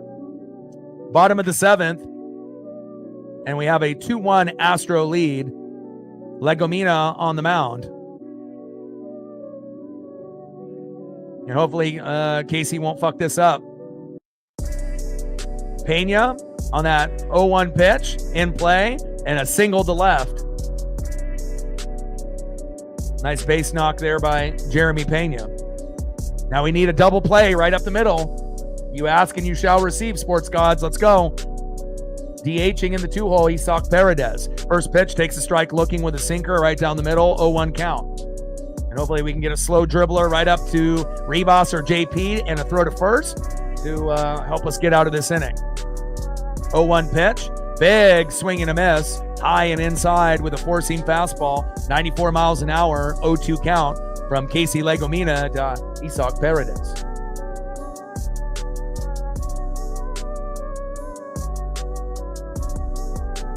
Yeah, I mean, we don't really know how they're going to be using everyone too. Obviously we know Evans is the one, Godwin is the two, but obviously with Emeka Egbuka being drafted and having Jalen McMillan, who definitely stepped up in his role, who's going to be the odd man out? Will it be McMillan?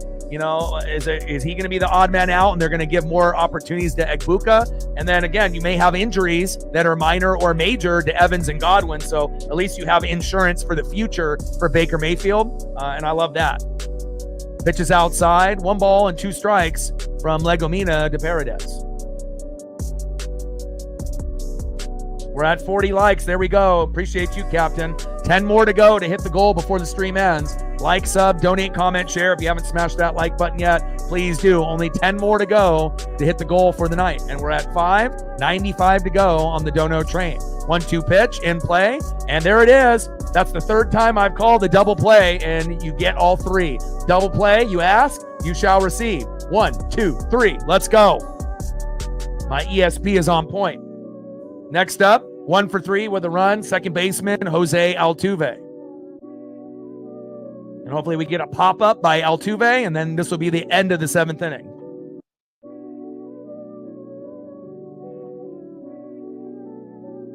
Yeah, it still feels kind of like a dream, but it was more than, just Brady. It was Gronk. It was AB. It was having, all the right pieces. And there we go.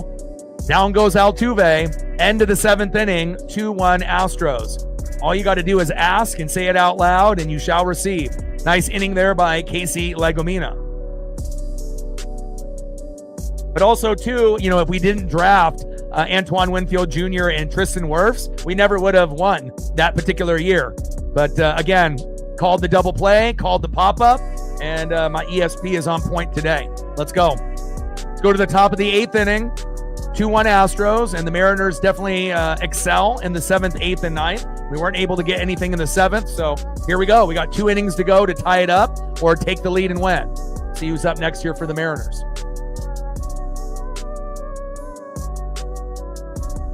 Next up for the Mariners, 0 for 3 with 2 Ks, DHing, big dumper, Cal Raleigh. Batting second, 0 for 2 with a base on ball and a K, center fielder, Julio Rodriguez. And batting third, 1 for 3 with a run and a K, a triple, left fielder, Randy Arozarena. Let's go Mariners.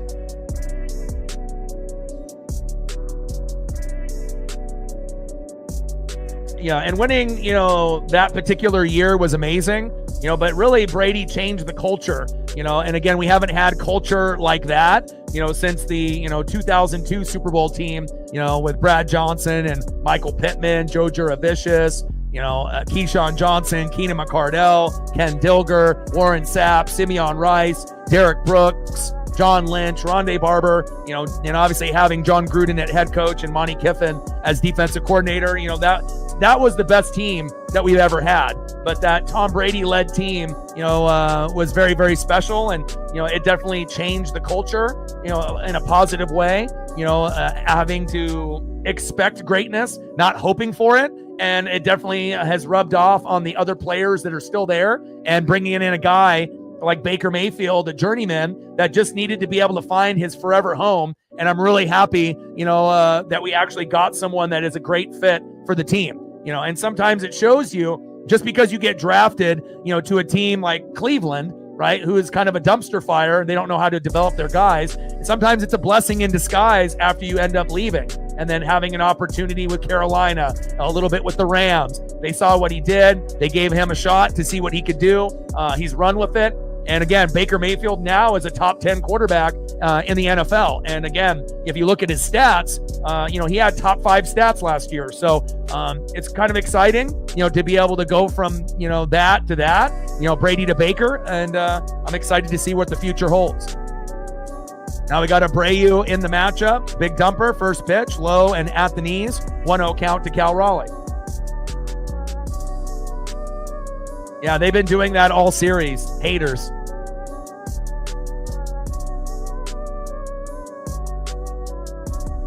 Yeah, Warwick Dunn wasn't on the team, though, when we won the Super Bowl. We let him go to the Falcons the year before. So, you know, he was a nice running back with Mike Allstott, but they didn't play together, you know, in our Super Bowl run. He was already on the Falcons at that point. But definitely a good duo. You know, one of my favorite duos that we've ever had, and Warwick Dunn and Mike Allstott. Pitches inside at the knees. 3 balls and 1 strike from Abreu to big dumper Cal Raleigh.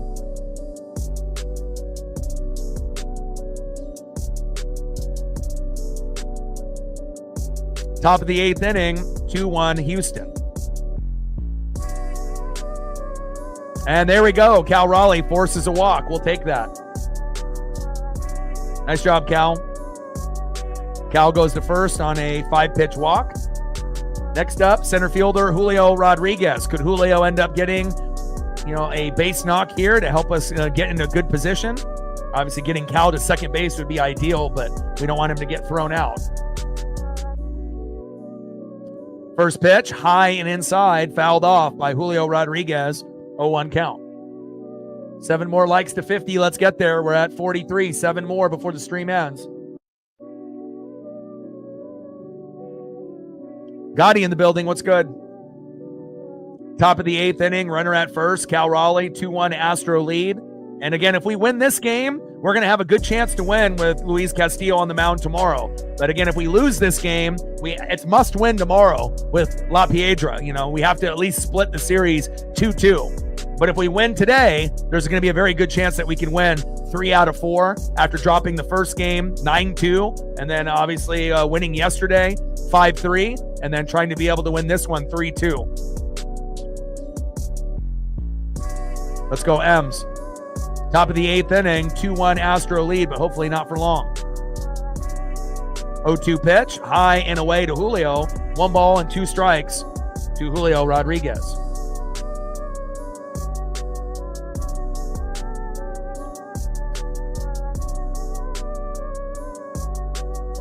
Oh yeah, I love me some Jay Buhner. It's cool to be able to see him in the booth. You know, he's not in there all the time. You know, he just kind of comes in there once in a while on certain Mariner broadcasts and whatnot. But I always loved him as a player, and you know, him and Griffey are super tight. You know, and it's nice to be able to, you know, see people on different ends of the spectrum. You know, Jay Buhner being like the ultimate cowboy, and showing you that, you know, baseball can bring people together where maybe they normally wouldn't even cross paths or be friends, but you can end up building really strong bonds. And Buhner and Griffey are very, very close even to this day. 1-2 pitch in play, and Julio grounds out into a fielder's choice into third. Cal out at second, 1 away. Next up, 1 for 3 with a run and a K. Had a triple earlier in the game, and man, we would need something like that here. Left fielder Randy Arozarena. Come on, Randy. Can Randy be the hero of this game? First pitch, takes a big swing and a miss on a 4-seam fastball. 0-1 count from Abreu to Randy. Come on, baby. We're running out of time. We just got to find a way to tie this game up and then try to get the lead. You know, and it doesn't have to be crazy. You know, it doesn't have to be, you know, a 3-4 run inning. You know, at this point, I think any Mariner fan would be happy with a 3-2 win. Even if we have to, you know, win 3-2 in 10 or 11 innings, we just have to get the tie and then just go from there.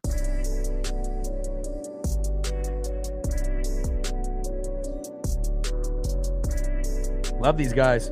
Studs. 0-1 pitch. Big swing and a miss for Randy Arozarena from Abreu, behind in the count now 0-2. Top of the 8th, 2-1 Astros. Runner at first with 1 out. Abreu on the mound. Randy Arozarena in the box. And if you're just tuning in to the broadcast, it's been pretty low-key. Walker reached on an infield single to the pitcher. We had a throwing error by Wu that led to Walker, obviously, moving and advancing 1-0 Astros. And then later on in that inning, Walker scored on a fielding error by Leo Rivas. So we had 2 errors that led to 2 runs in the first inning. That's never happened to us before. And then in the top of the second, Randy got a triple, and then Garver grounded out to third. Randy scored 2-1. That's pretty much the story so far. It's been a pitcher's duel with Wu and Framber Valdez. They're both out of the game, and hopefully we can find a way to tie this up before the game is over. Pitch is high and inside. 1 ball and 2 strikes from Abreu to Randy. 1-2 pitch, high and away. 4-seam fastball, 99 miles an hour. 2 balls and 2 strikes to Abreu to Randy Arozarena.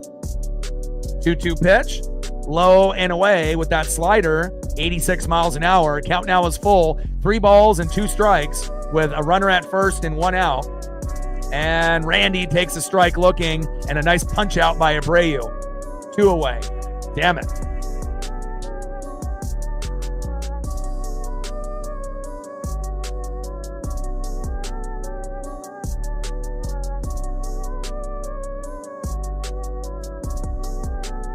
Next up for the Mariners, 1 for 2 with an RBI and a walk, Mitch Garver.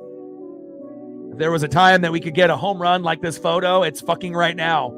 Come on, Mitch, bring that electricity. No one would expect you to swing your bat, let alone be able to go yard. But, I mean, we've had some unexpected heroes, Leody Taveras, right? Miles Mastrobuoni getting homers early in the game, and then JP, Julio, and Cal, smashing it home and getting that victory late in the matchup. But we're running out of time now. First pitch, takes a strike looking on a slider, 0-1 count.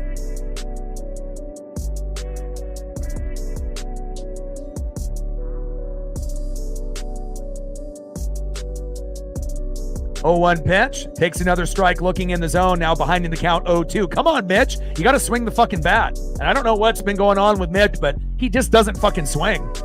He's like, almost like, I don't know if it's a personal thing or it's what they're telling him to do, in the dugout, but he definitely isn't swinging the bat nearly as often as he did early in the year. He's really trying to draw walks, but again, if the pitcher is in the zone throwing strikes, you're just going to get punched out in 3 or 4 pitches.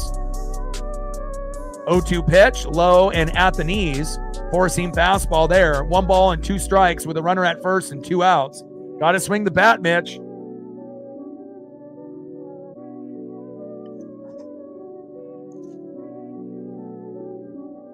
Come on, baby.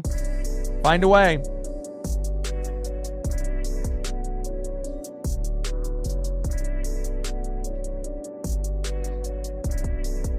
Top of the 8th, runner at first with 2 outs. Mitch Garver in the box. Come on, Mitch.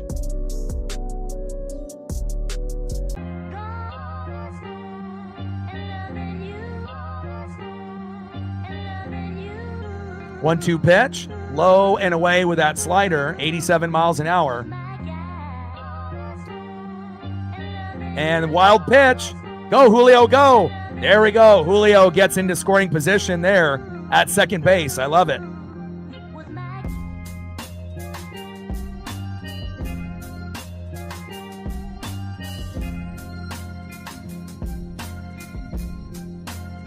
Perfect time for a wild pitch for the Mariners. We'll take it.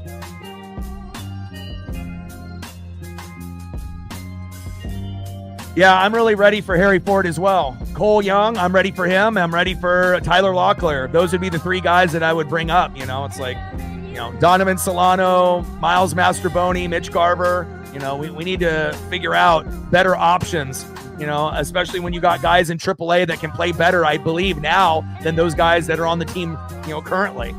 And I know they're not going to bring all 3 up at the same time. That would never happen, but again, hopefully, we can get some of those guys to come up.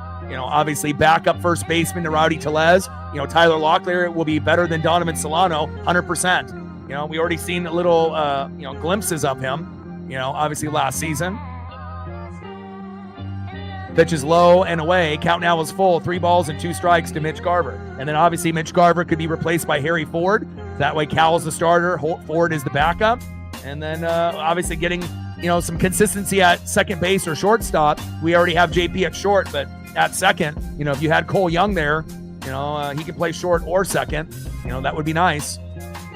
Whether it be Demo or Leo Rivas or someone else. And Garver strikes out looking. You got to swing the bat, my guy. You don't swing the bat, how the fuck are we supposed to do anything?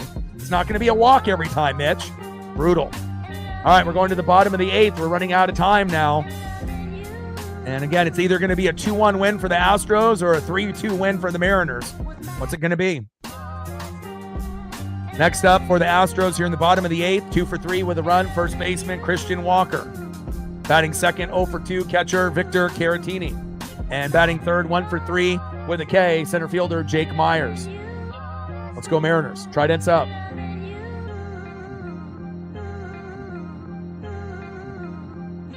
And, I don't know. Like, he was swinging at pitches early in the year, but within the last month and a half, it's like, he decided, I'm not going to swing at all, and I'm going to take my chances that I'm going to get hit by a pitch, like Randy, being the new Ty France, and I'm going to go to first, or they're going to walk me. But unfortunately, that only works when the pitchers are wild and they have no accuracy, But again, if you get a pitcher that, is in the zone, you're going to get punched out eventually, and that's exactly what happened again to Mitch Garver. Brutal.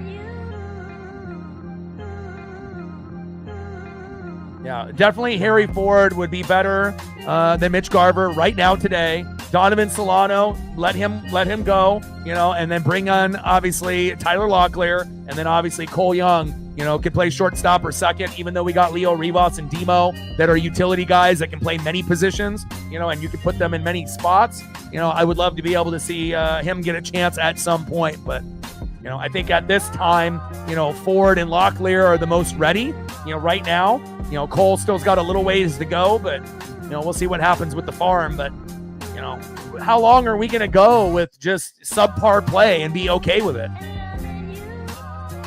Bottom of the 8th inning, 2-1 Astros. But one thing for Mitch, he's better than he was last year, but still kind of going on a downward spiral. But right now, Miles Mastroboni, Donovan Solano, Mitch Garver, they definitely all could be replaced.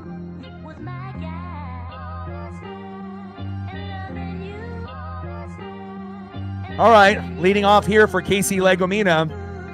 First pitch to Christian Walker, takes a strike looking right in the zone. His best impression of Mitch Garver, just not even doing anything. 0-1 count.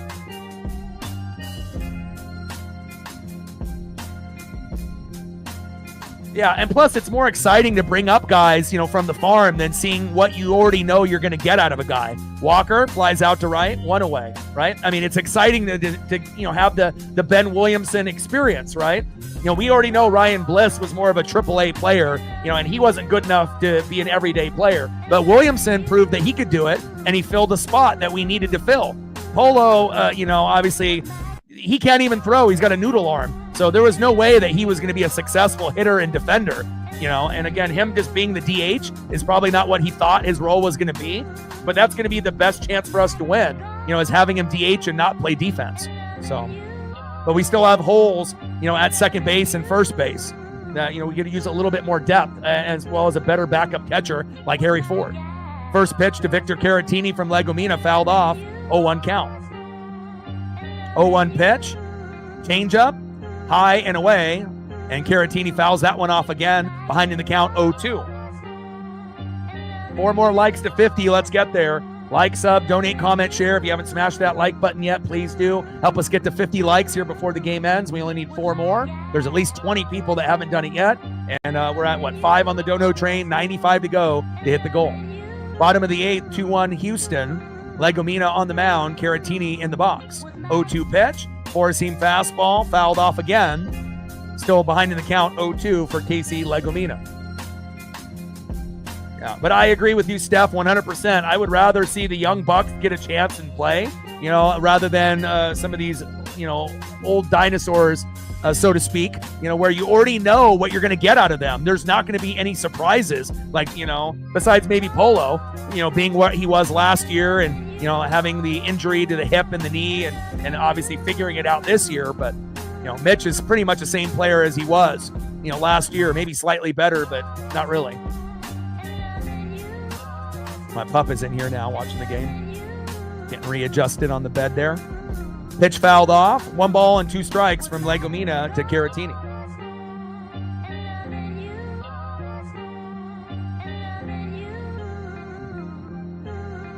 Yeah, I miss Eugenio Suarez and Teoscar Hernandez as well, 100%.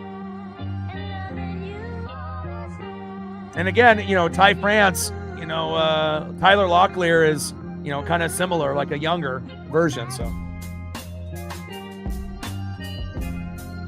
and Caratini singles to center right there in front of Julio. Next up is Jake Myers, and we need another double play. See if we can get it. I've called 3 of them today. Can we get a 4th one? Jake Myers, slow dribbler, right up the middle, and hopefully this will lead to a double play and we can get out of the inning. I mean, I don't really miss Ty France as much. He was kind of getting up there, in age and whatnot, and we got a baby version of him and Tyler Locklear in AAA, so. But obviously Teoscar Hernandez and Eugenio Suarez, would be still, nice. Or the simple fact, if Victor Robles never got fucking hurt, then we wouldn't really be, worrying about that position in right. Even though Leody Taveras has done a pretty good job filling in, but he's no Victor Robles. First pitch to Myers, fouled up and fouled off. 0-1 count. In play on an 0-1 pitch. And Myers ground out to the pitcher, Caratini to second, 2 away.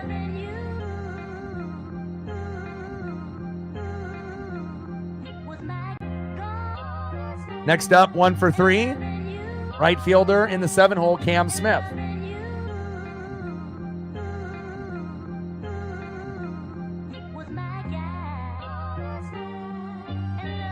But France is actually having some pretty good success. Most of the former Mariners are having, some pretty good success, on their new teams. And, I definitely will be watching and rooting for them.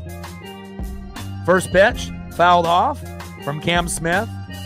High and inside with that sinker, 93 miles an hour by Legomina, 0-1 count.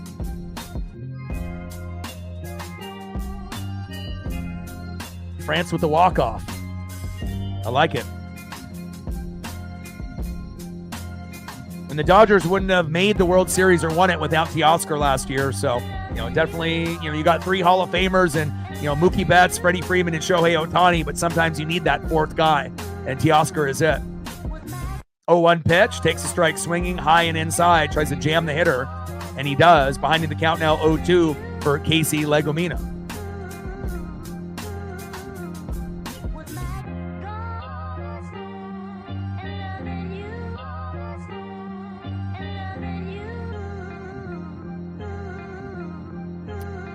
Runner at second, 2 outs, 2-1 Astro lead, 0-2 count from Legomina to Smith.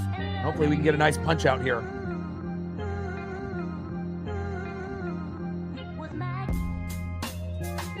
Should have not let Tom Murphy go. Murphy would have been a better backup catcher than Garver. We should have spent the money on, obviously Solano and Masterboni and Garver and used that money for relief pitchers. That would have been money, more well spent. Smith grounds out to the shortstop. JP throw to first. There we go. All right, last chance for the Mariners here. And again, if we want to be able to, split the series, if we lose this, must win tomorrow. But if we can find a way to, score at least a minimum of 1 run, and go 3-2 and win in the 11th or the 12th, so be it. But if we want to have a chance to win 3 out of 4 after dropping game 1 9-2, we're going to need some magic here. All right. Otherwise, if we end up losing this game 2-1, then tomorrow's matchup with Luis Castillo is must fucking win. So that way we don't win 1 out of 3 or 1 out of 4 games. We want to at least split 2-2 at the very, very least. But, this game is in reach where if we can find a way, and win this, we can win tomorrow. End of the 8th inning, 2-1 Houston. Let's see who's up next here for the Mariners. Do we have any shot? Let's see who's up. Next up for the Mariners, 0 for 3, a guy that's overdue for a homer. Right fielder today, Dylan Moore. Batting second with one of his most productive games, 1 for 2 with a walk, first baseman Donovan Solano. And batting third, 1 for 2 with a base on ball and a K, third baseman Ben Williamson. And I don't know if they'll have someone come and pinch hit for Donovan, but maybe have Rowdy Tellez come in and maybe pinch hit for Solano. But we'll see who is the pitcher, if it's going to be Abreu still or someone else. We're only down a run. Let's go. Yeah, another one, Segura, right? It's like we had a lot of guys like that were good fits, but the organization kind of gave up on those guys. But yeah, I would rather have Tom Murphy than Garver, you know. And obviously last year we thought, oh God, Polo's a mistake, but we're happy that he's on the team this year, you know. But again, it's like, you know, we never really make big name signings, and you know, a lot of them aren't really panning out. You know, should have used the money on relief pitchers, so that way that we could have, you know, Brash and Legomina and Spire, and adding to those names similar players to those guys, so that way we don't have to worry about the Trent Thorntons and the Bizardos and the Colin Snyders and the Carlos Vargases, where we may trust them half of the time, and then the other half of the time we're holding our breath, hoping that they do something good. Now Hader is coming in. Fuck. First pitch from Hader to Demo, takes a strike looking, 0-1 count. 0-1 pitch. Big swing and a miss, low and at the knees, behind in the count, 0-2 to Demo. Fucking A. So they're not going to bring in Rowdy if it's a lefty pitcher, unfortunately, which I still think Rowdy would have a better chance than Donovan Solano. And then down goes Demo in 3 pitches. Strike looking, strike swinging, 1 away. Fucking A. Goddamn Hater. Down goes Demo. And he's definitely cooled off considerably, just like Ben Williamson and JP and Polo and a number of our guys. We need some guys to fucking heat up like a microwave, damn it. Next up, first baseman Donovan Solano. Not ideally the player that you want to have up in this situation. And it stinks that, you know, just the simple fact that Wu pitched pretty well, but due to 2 throwing errors in the first inning, we might fucking lose this game 2-1, you know? But again, you can't win a game in baseball most of the time with only a run. Sometimes you can't even win with 2, right? You got to get to 4 runs, 7 to 10 hits minimum, you know? It's usually 4 to 5 runs, 7 to 10 hits. And if you get under that, Mariners usually don't do very well when we score 1 to 3 runs, you know, unless it ends up being a pitcher's duel and, you know, we find a way late, but that's asking a lot. 0-1 pitch, high and away to Donovan Solano. 1 ball and 1 strike. And the best case scenario for Solano here is he forces a walk or gets hit by a pitch. But we might not get either of those opportunities here. 1-1 pitch, fouled off. 1 ball and 2 strikes to Donovan Solano. Realistically, he'll probably get punched out.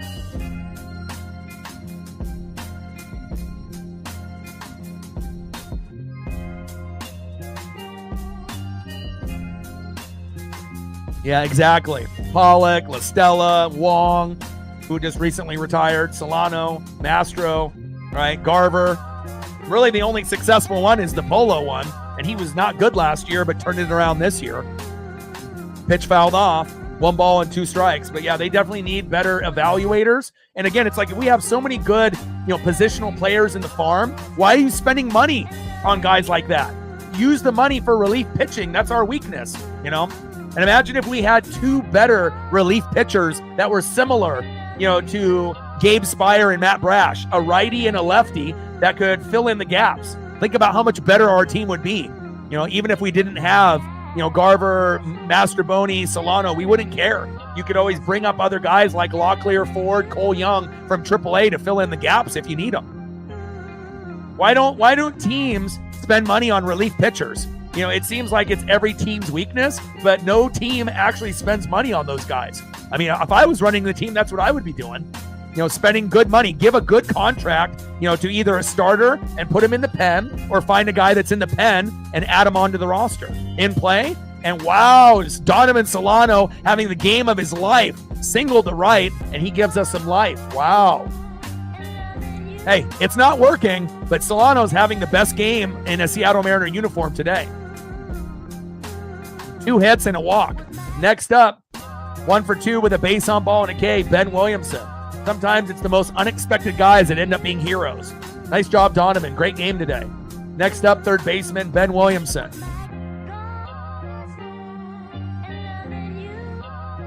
And they got Leody Taveras coming in to run for Solano. Good decision there. First pitch from Hader to Williamson, inside at the knees, 1-0 count. I mean, number 1 in the MLB, right? 17 saves, ERA of 0. Too bad they don't give Cy Young award winners, right, as relievers. He's been lights out for us. 1-0 pitch, takes a strike looking, which should have been called ball, but called strike. I don't know what the ump is looking at. Clearly was a ball. 1 ball and 1 strike with runner at first, Donovan Solano, and 1 out. Mariners just need 1 run here in the top of the 9th to tie, 2 to win. But and the way the game is going, hell, I'll just take, a 2-2 tie and then find a way to win 3-2 and 11 or 12. Pitch fouled off. 1 ball and 2 strikes with a runner at first and 1 out. Come on, Big Ben. Come on, baby. We need that electricity. We need that Soto mojo. Come on, Ben. We know you're amazing at defense. Let's get that bat going. Come on now. And Williamson strikes out looking. Fucking A. Hater, hater, hater. So good. 2 away. All right. Last but not least. Can he do it? A guy that we've been asking to play and obviously has been having a little bit rough of a transition, since he has been able to play a little bit more in the last week and a half. 0 for 3. Let's not make it 0 for 4. Come on, Leo Rivas. But again, the Mariners not bunting really at all this series. When we won 9 consecutive series, we were averaging 6 runs a game and we were bunting, stealing bags. We need to get back to what we were doing that was successful for us. First pitch from Hader to Rivas, takes a strike looking right down the middle, 0-1 count. Top of the 9th, 2-1 Astros, runner at first with 2 outs. 0-1 pitch, takes another fucking strike looking, swing. Stop having the Mitch Garver syndrome. Behind in the count now 0-2, 1 strike away from an Astro 2-1 victory. Come on, Rivas. We need an RBI double stat. Come on, Rivas. Or even just a single, and then we can have JP come up and he can be the hero. Pitches at the knees, low and inside, slider, 1 ball and 2 strikes from Hader to Rivas. We need Hader to hit Rivas or to walk him, unless he can end up getting a single or a double here. Come on, Leo. Those early errors fucked us, and again, Wu pitched well. It's just the throwing error by Wu and the throwing error by Rivas ended up scoring 2 runs. That's never happened to us. Never 2 errors, let alone the 2 errors scored 2 fucking runs, and then now we're sitting here about to lose 2-1. La Piedra tomorrow is a must win. We definitely let this game slip through our fingers, and the bats should have been better. But again, sometimes when we play Houston, this is what happens. They're a good team. They may not be as good as they were when they had Bregman and Kyle Tucker, but they're still dangerous. And remember, Yordan Alvarez hasn't even fucking played in the series. Maybe we get smoked if he ended up playing in the first 3 games. And Rivas, fucking A, strikes out swinging, and that's game over. Final score, Astros 2, Mariners 1. Brutal, man. I hate losing like this, but again, at least we have a chance to split the series, which I thought we would do when we were discussing the series going in. And again, if we don't, we're only going to win 1 game out of 4, right? But again, I feel that La Piedra, hopefully the bats will come alive for him. And again, if we want to be able to split, tomorrow is going to be a must-win game. And brutal way to lose. Especially with Brian Wu pitching pretty well, but he did give up more hits than normal. 11 hits for Houston, only 5 for the Mariners. 2 errors in the first cost us the game, but I do believe that we can win tomorrow with La Piedra. The game is going to be on early at 11 a.m. Pacific, and unfortunately the Mariners lose, but I still am confident that we can split in the series. And again, it shows you this is our number 1 rival. It's the Astros and the Yankees. And again, hopefully we can find a way to get a little bit of payback tomorrow. GG and congratulations to all the Astro fans, and hopefully we play a little bit better tomorrow.